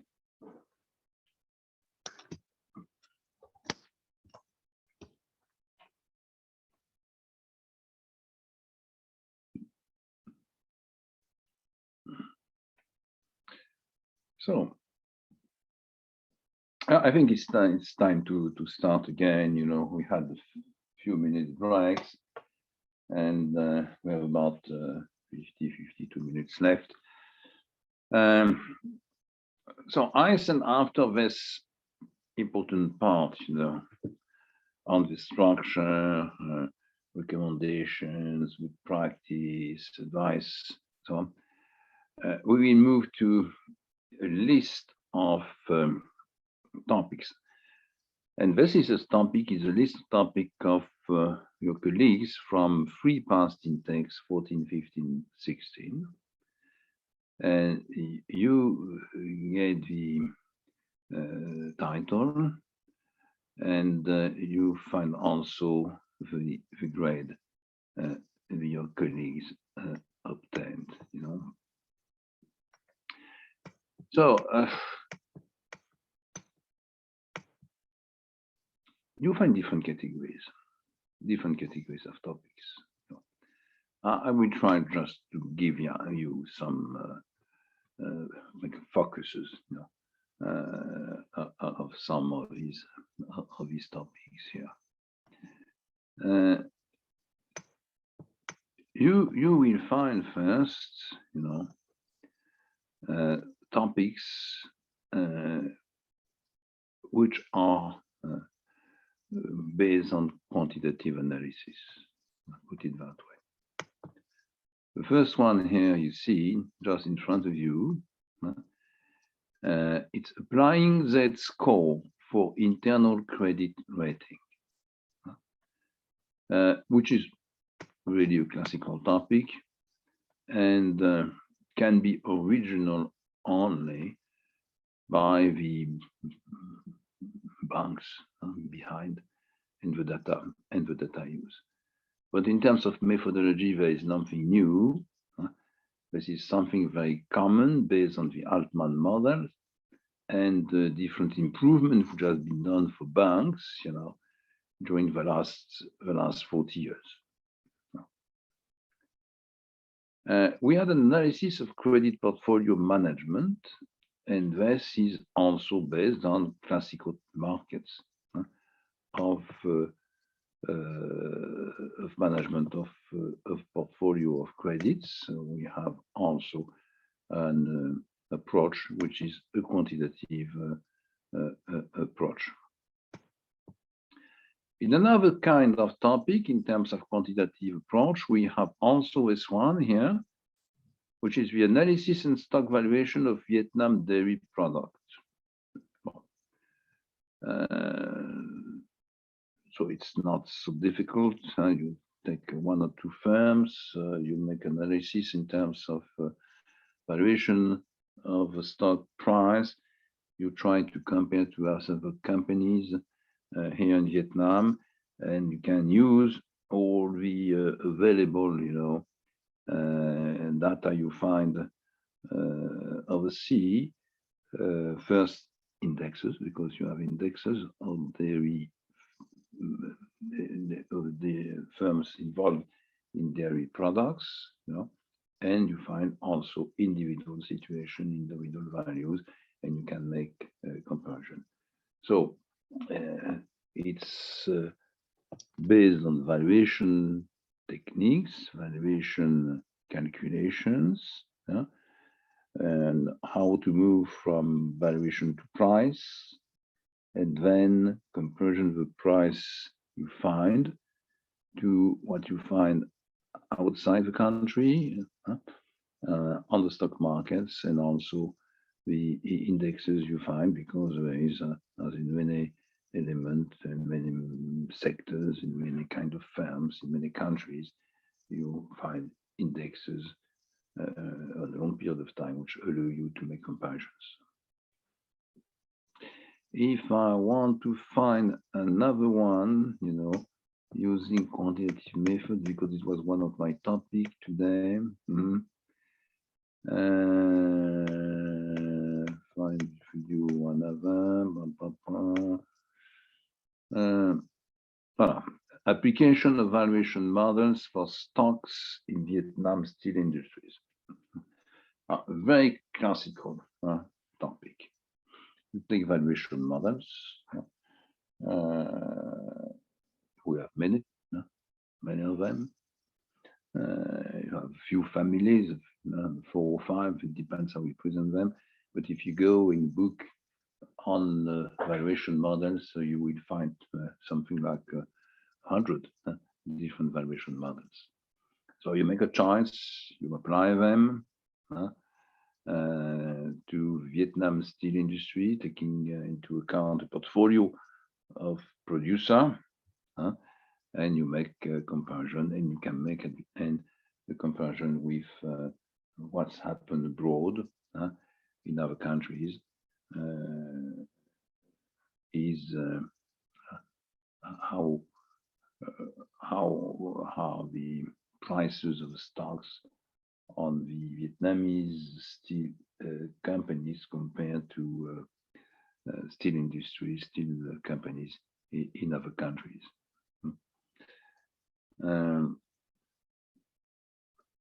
I will try to find the last one showing quantitative approaches.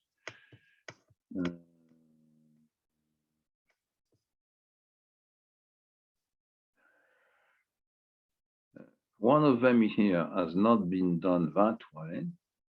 It was not done with a quantitative approach, but it could have been done. That's right. And generally, that kind of topic, looking for the identificational driver, is based on a regression analysis, what we call OLS, which is a specific category of regression analysis. This is a good example. Okay.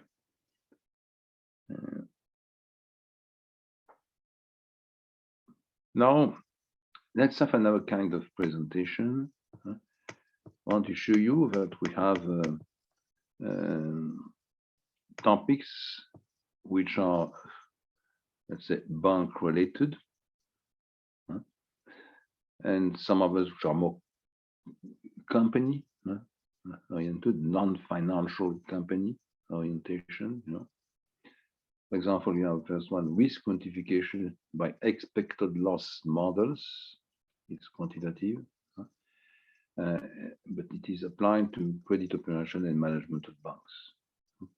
Loss models applied to credit operation and the management of banks. So you have another one here on banks, which is an example I already said a few words on, which is M&A in the Vietnamese banks. Analysis of case success and failure. You can also find something else on banks, which is new today. Green Bank and the development of green banking operations, green banking banks in Vietnam, which is an up-to-date topic. On the other hand, you find a very classical topic here, non-performance loans and commercial bank in Vietnam. We had the same topic, 8 or 10 years ago. Of course, the results are a bit different, and after that you can compare the results of past research to the results obtained here. This is something you can also do.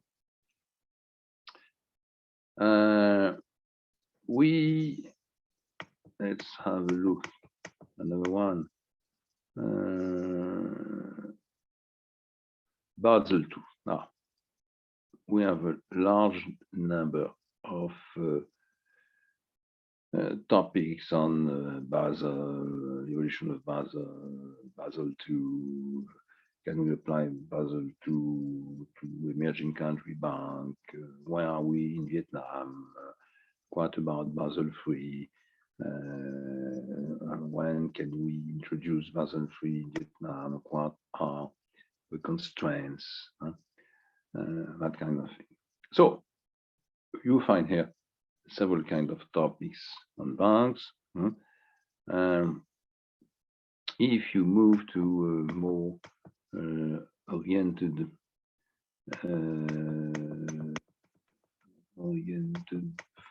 topics to firms, you find also some others.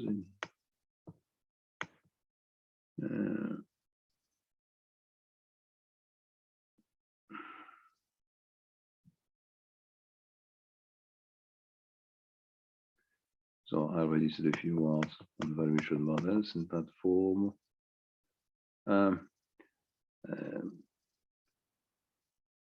Let's say more up-to-date topics. We said a few words on green activities. Another one, which is politically interesting and interesting also, an update worldwide on the discussion between the OECD countries, is transfer pricing. And we have already a defense on transfer pricing on Saturday for one intake 17 students, a good CP, a good thesis there. But there is some more to do. This is a very good question. Another one is on money laundering, which is a very crucial question today in this digital environment. And all countries, whatever the level of development are, whatever is the organizational banking system is, they are involved in that kind of problem, and they need more security measure in order to deal with that problem. You can have among the up-to-date topic something on digital banking. We still have something more. It's moving so quickly right now, that something else can be done on that.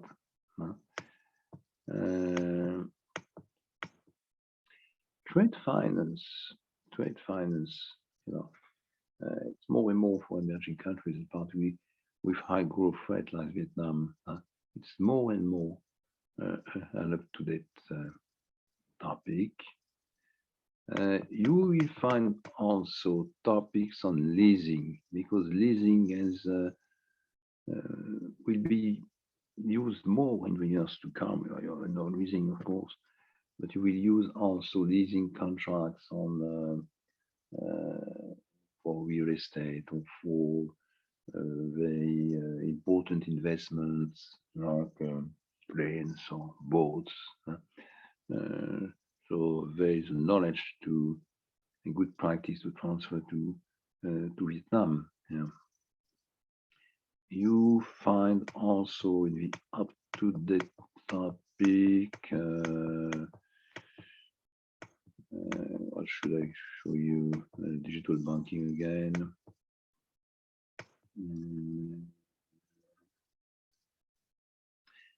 Something on warrants. on the market, covered warrants and the Vietnam stock market. It means you have several up-to-date topics for stock market development.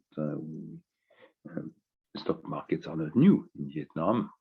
Two stock markets, but technically it can be improved, particularly on derivative products, on indexes. So there's also something to do. You can also have at the same time more classical and up-to-date topic in terms of theory, which is topics on volatility on the stock markets,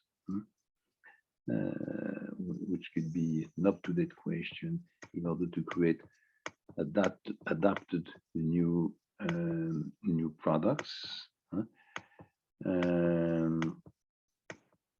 Of course, you can have topics on startup valuation in the technology sector, which is a good idea if you have the right to find the right material.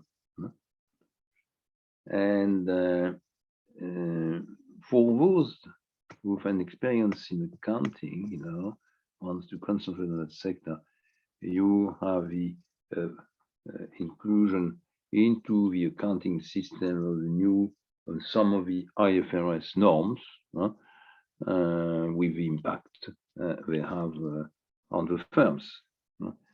So you can have traditional, you can have quantitative, you can have up-to-date topics, and you have a look by yourself, and you can have a look also asking to your program assistant, the phases which are here. You can have a look to what was done, to what could be done, how to update that, how to think the idea and apply the idea another way. That's what you can find. Okay.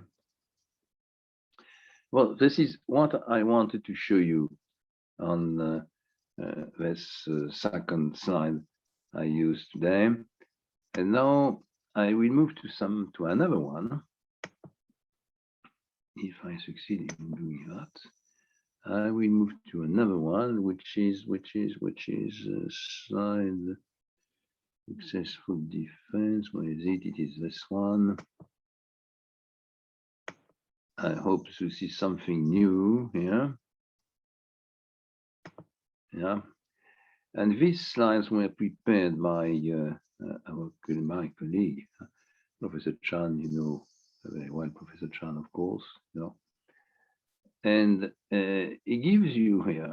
It's a good preparation, even if it is far. But when you write a thesis, you have better to think to the process as a whole. What is a thesis? How to write a thesis? What about the topic? What are the main points to follow in the different steps? You should come back several times on the choice of topics in order to try to move to more up-to-date topic to them. But now you have to think also about the oral presentation.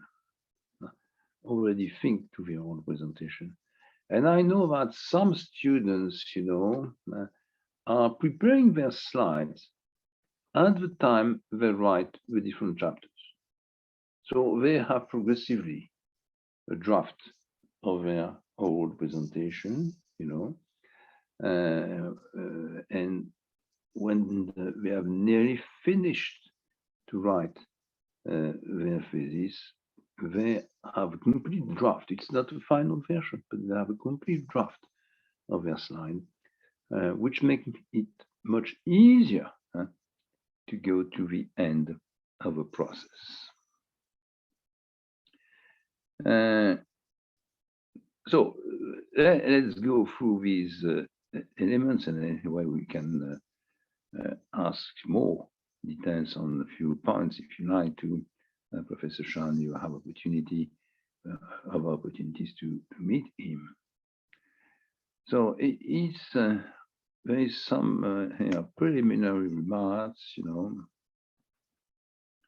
and he says clearly this is another step defending. It's not writing. It's not a summary of what you have written. It's something different. And why is it so important for some students to prepare the slide at the same time? Because when you write a slide, you have really to summarize. It means to identify the main points. You write bullet points. You have to write clearly, high density. And this can help you to write the sentences and the paragraphs of your thesis. So it's could be a kind of interactive system or organization. Second point, what about the grading? Generally, students are interested in grades, Written report is for 50% of the final grade, and oral defense is for 50%. So it is clearly another work.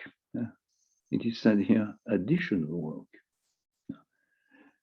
You have to think about it. It's a new conception. It's not a summary. And it is written clearly by Professor Chen. He says, never copy your text on a table for a written report to put into the slides. That's not the right way to do it. And one of my students said, was discussing about that a few weeks ago, he said, at the end, it's much better to write the slide first, because you have got the architecture. And after that, to move to the thesis itself and to write it in sentences, giving examples, more details, and so on. So you do whatever you want, but it is clear there is discussion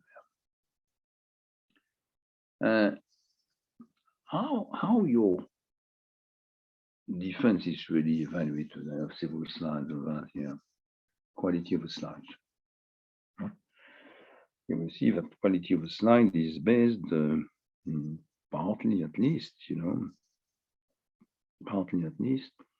on the possibility that they are easy to read. So never write sentences, never paragraphs. It's only bullet points, graphs, tables sometimes, no more than that. And of course, when you find that kind of choice, when you develop your own presentation, we'll come back on that, you should not read your slides. The slide, it's a kind of summary,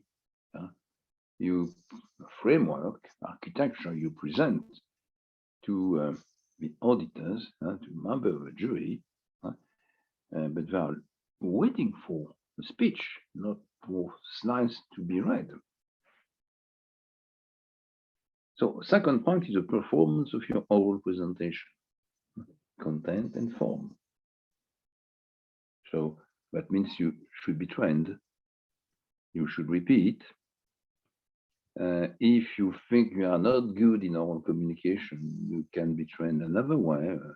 Theater, theater lessons. It's a good way, and it's always very useful for you. Whatever you do, you will always have to make the presentation very short, 5 minutes or 15 minutes, or longer presentation. You have to be trained.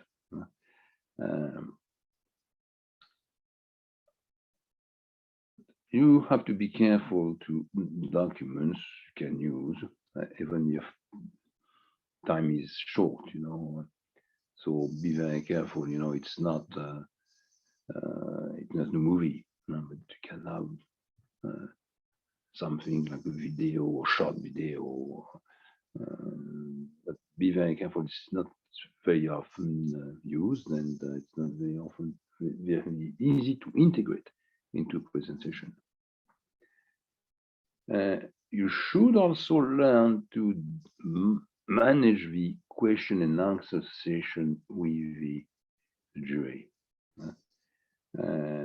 This will be also very useful for you in the future, whatever you do. So this is a good training to go through, and you can start right now on any kind of topic. Even it could be a game with your colleagues and friends. So how long is it? The goal is 20 minutes. We allow up to 25 minutes, but it is not 5 minutes. It is not 45 minutes. You have to be in the range between 20 and 25. Okay. So don't forget also that a defense, it's kind of 1 hour exam. It's 1 hour. During the 1 hour, you can make a presentation, PowerPoint presentation, 20 to 25 minutes. And the members of the jury are just very quiet. They are looking off to your side. They are waiting for your speech and the end of the speech. After that, there's a second part, and the second part is 20, 25 minutes, questions and answers. And of course, you understand you have better to prepare also technically, capacity to manage this part, but also the content. It means some students who succeeded in that part, they prepared slides with the answer to potential questions. But if you want to identify potential questions and to drive the jury member to these questions, you have in fact to prepare them in your 20 minutes presentation. So, it's a preparation which has to be done carefully. Now, practical advice. When you make a presentation in a room, have a look to the room before. What is the size? Where you are seated? Where the member of the jury are seated? What about the technical equipment? What's happened if your computer doesn't work for one reason or another? So you should not have, as it is written here, any kind of technical surprise. Come before and participate assistantly to classmates' defense. It will be very, very useful. You will understand what are the classical mistakes. And this is also kind of formal part of the program. I mean, dress, for example, should be adapted to this situation.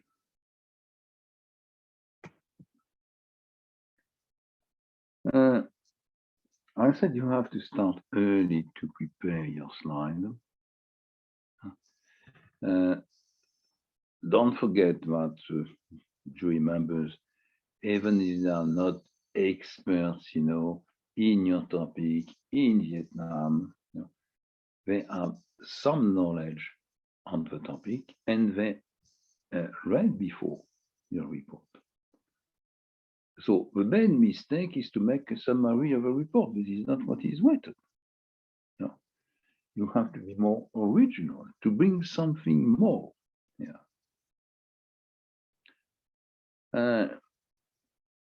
Here you have a first element of presentation structure. I will come back in more details later. But the number of slides is limited. You have 20 to 25 minutes. And what we said generally is that you need about 1.5 minutes, 1 minute 30 seconds in average to present a slide. 1:30. Okay. And you have to come back to some elements. It's a kind of compulsory structure. This is perhaps not the right order. I will come back on that, but it is a good example.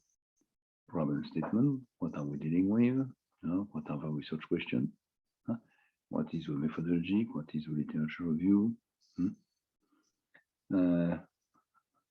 One or two elements, case study,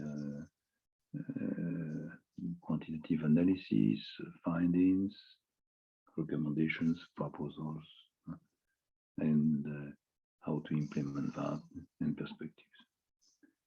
About 15, perhaps 16 or 17 slides. So when we say 15 to 17 slides, there are slides with material. I mean, if you have a slide with a title of your thesis and your name, this is not taken into account. So 15, 16, 17 slides plus a few slides perhaps to present the different parts and the title and your name. Try to concentrate. Avoid on your slide sentences. Concentrate on the main points. Clear ideas. Findings. We value analytical, empirical approaches. We value new contributions. We value databases, methodological basis presentations, no description, no sentences. This is not what we are waiting for.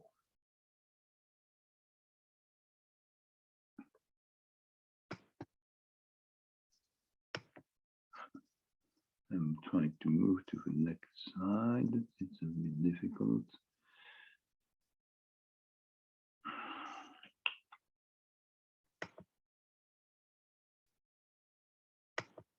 Yeah. Some exercise. Now, this is what I already said, but I repeat that.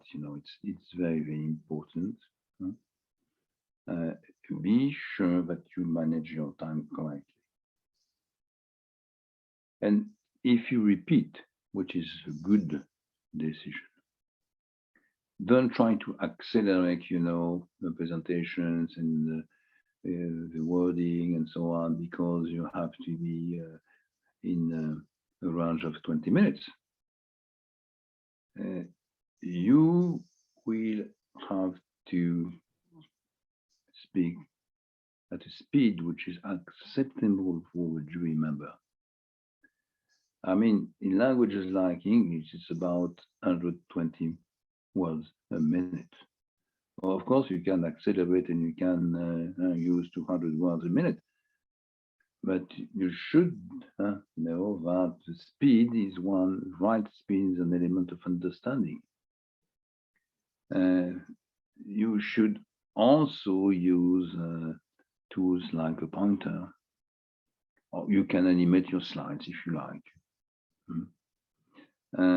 You should also try to catch the attention of the jury members. First advice, of course, don't sit behind your computer. Walk in the classroom, on a few meters, no more. But when you move even from 1 meter or 2 meters, you will understand, if you try the experience, that even if jury members are starting sleeping, they just wake up, and follow you. It's like theater. It's more theater than anything else, So the way you use the speed of your presentation, the silence, if you move in the classroom, all these elements are parts of your presentation. So if you are not trained to that, try to train yourself in the month to come. It will be useful in any case, in any case.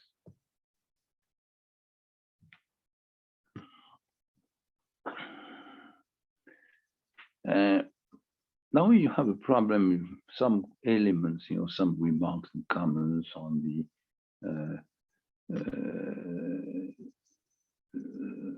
on more details, and particularly on answers, question and answers. Be sure that you understand the questions. You're a bit stressed, perhaps you didn't catch the question. Don't hesitate to ask a person, a member of a jury, to repeat the question. This is really accepted.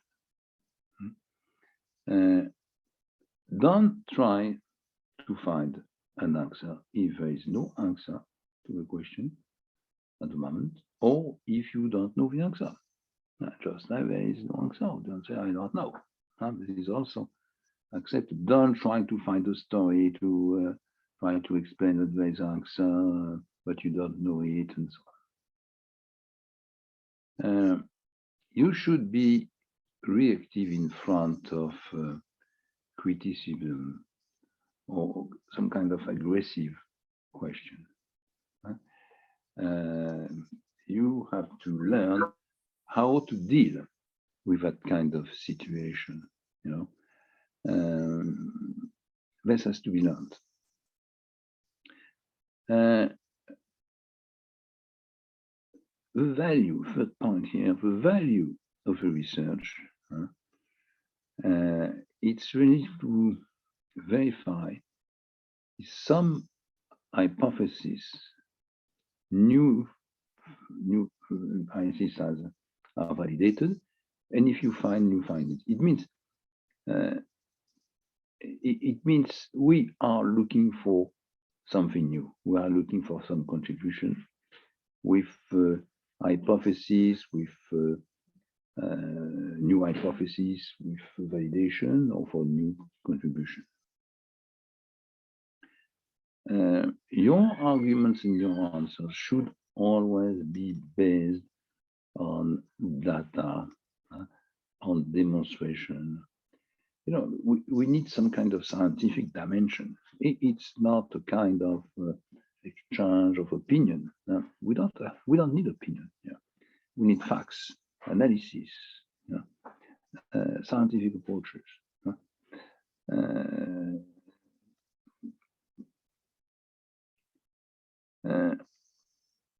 And last point here is that your thesis is not graded according only to the results, the conclusion, but how you did that.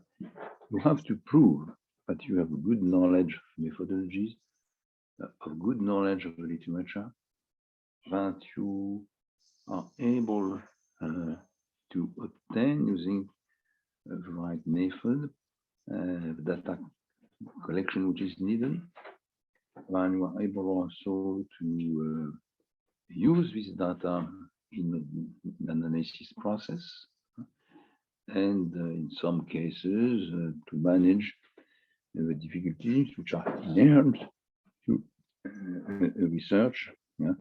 And you should always have always a possibility, to do whatever you want, but you have to explain, you have to justify.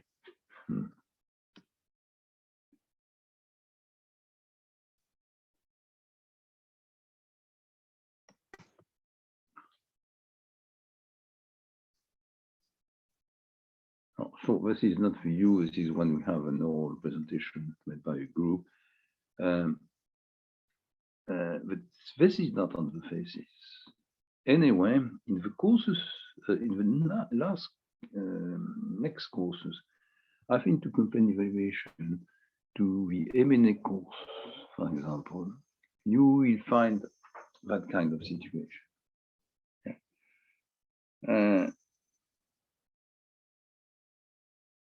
You will be in groups of 4 generally.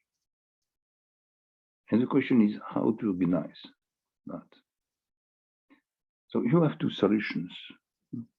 Either you have only one presentator, the case studies, or you share the oral presentation, but you organize it. Generally, for practical reasons, but also in order to integrate all the members into the presentation, it's much better to have all the members of the group making part of the presentation. But that means that you have to break down to assign part of the presentation to each one, and that you need to coordinate that. Means you have to repeat perhaps, or you need someone making the coordination and asking for the different members to present their parts. So that means you have to organize that clearly. It means also that each member of a group is supposed to have good knowledge of the presentation as a whole, not only of a specific part. Because it is clear that if it is the case, when you come to questions after the presentation, very often it's difficult, particularly if questions are transversal, to get the right answer. So it's not, an addition of independent presentation. It's a presentation which is a unified, homogeneous presentation, which is only shared by the member of the groups. Now, same principle for the jury's question. It's not generally very appreciated by jury members when there is only one member of the group trying to answer the different questions. Questions have to be spread over the group member, and it's not forbidden for the question for one member making part of the answer and the second one giving some more details on this question. But this is not for the thesis, this is for the last two main courses we have together. Of course, you will have some other elements, very often you have flowers at the end. When we are in the classroom, that means this year, of course, we are online, but I hope situation will be different next summer. After the defense, don't forget that your CP, is kept at CFG, and that if a jury asks corrections, you have to do them. They are required before you bring the final version to the program assistant. This is what I wanted to present you here with this set of slides. To come to an end to these presentations, I just wanted to show you somewhere something else. Where is it now? Yes. Which is a sort of very small number of slides. Yeah.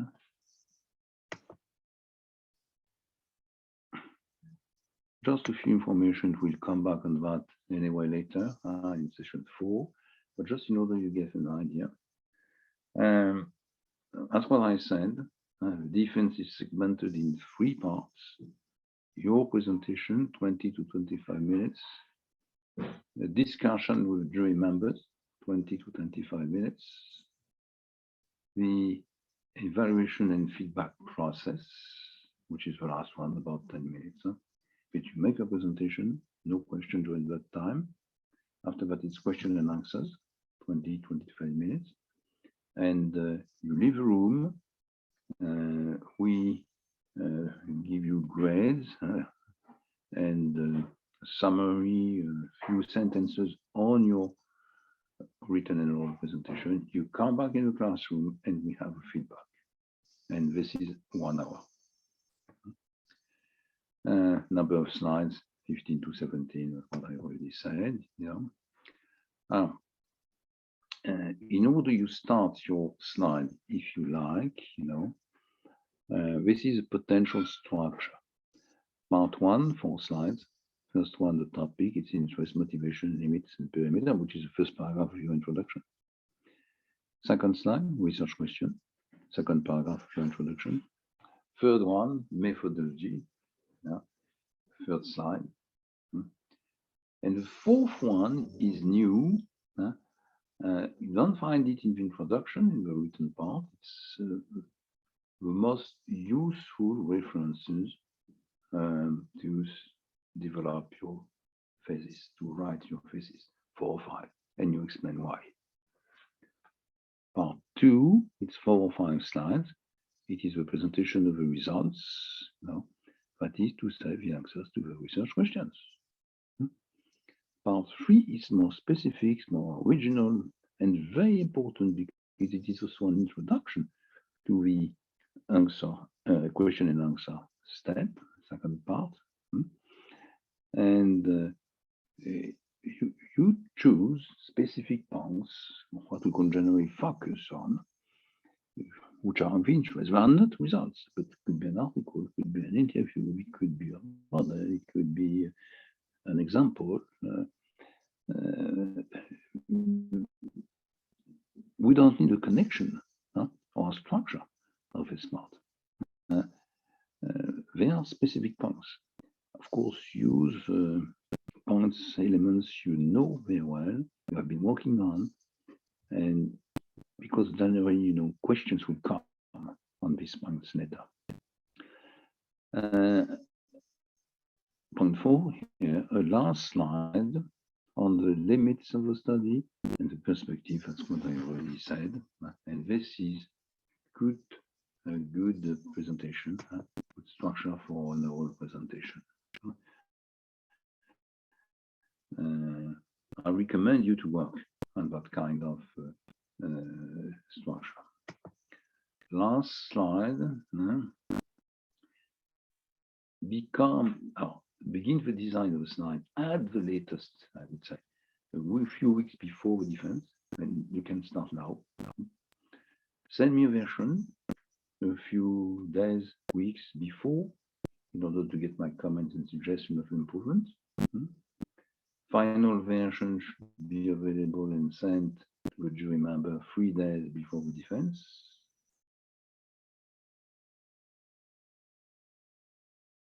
Spend time on the design.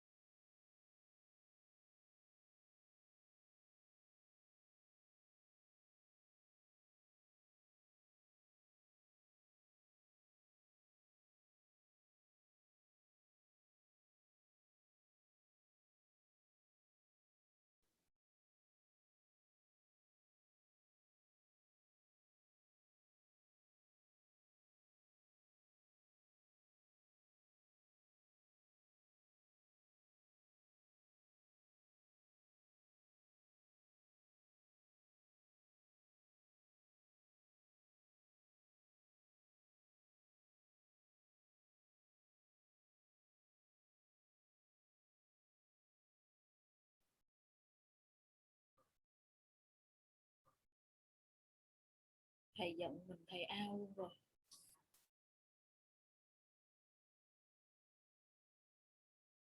450.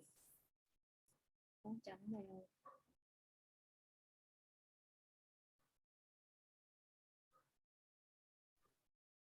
Ủa, vụ gì vậy chị Trâm Anh ơi? Thầy chắc bấm nhầm nút, thầy tự out rồi. Em cũng đang hỏi, ủa sao tự nhiên đang nói mà không biết đâu thầy, hay là học xong rồi chị? Chưa đâu, thầy còn slide cuối chưa nói hết mà. Ủa mà mọi người ơi, cái chữ CP trong mấy cái slide của thầy á, nó có ý nghĩa là gì vậy mọi người? Consultant project hả chị? À, ok. Ủa, có mấy bạn admin nào ở đây không ta? Thầy mình sao rồi? Người out từ từ hết à? Chắc là học xong rồi chị. Chưa mà, thầy chưa tạm biệt hay gì mà. Em cũng chưa thấy thầy good night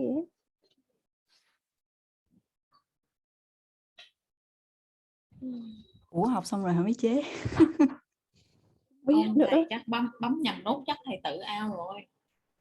Chắc thầy Ủa đang cố còn gắng vào 21 participant mà. Kiên chắc chờ đi Kiên ơi, thầy chắc còn quay lại, còn không stop luôn đi, còn có slide cuối thì chắc cũng không sao. Thôi, good night chị em. Bye bye nha. Em out đây. Ngủ ngon.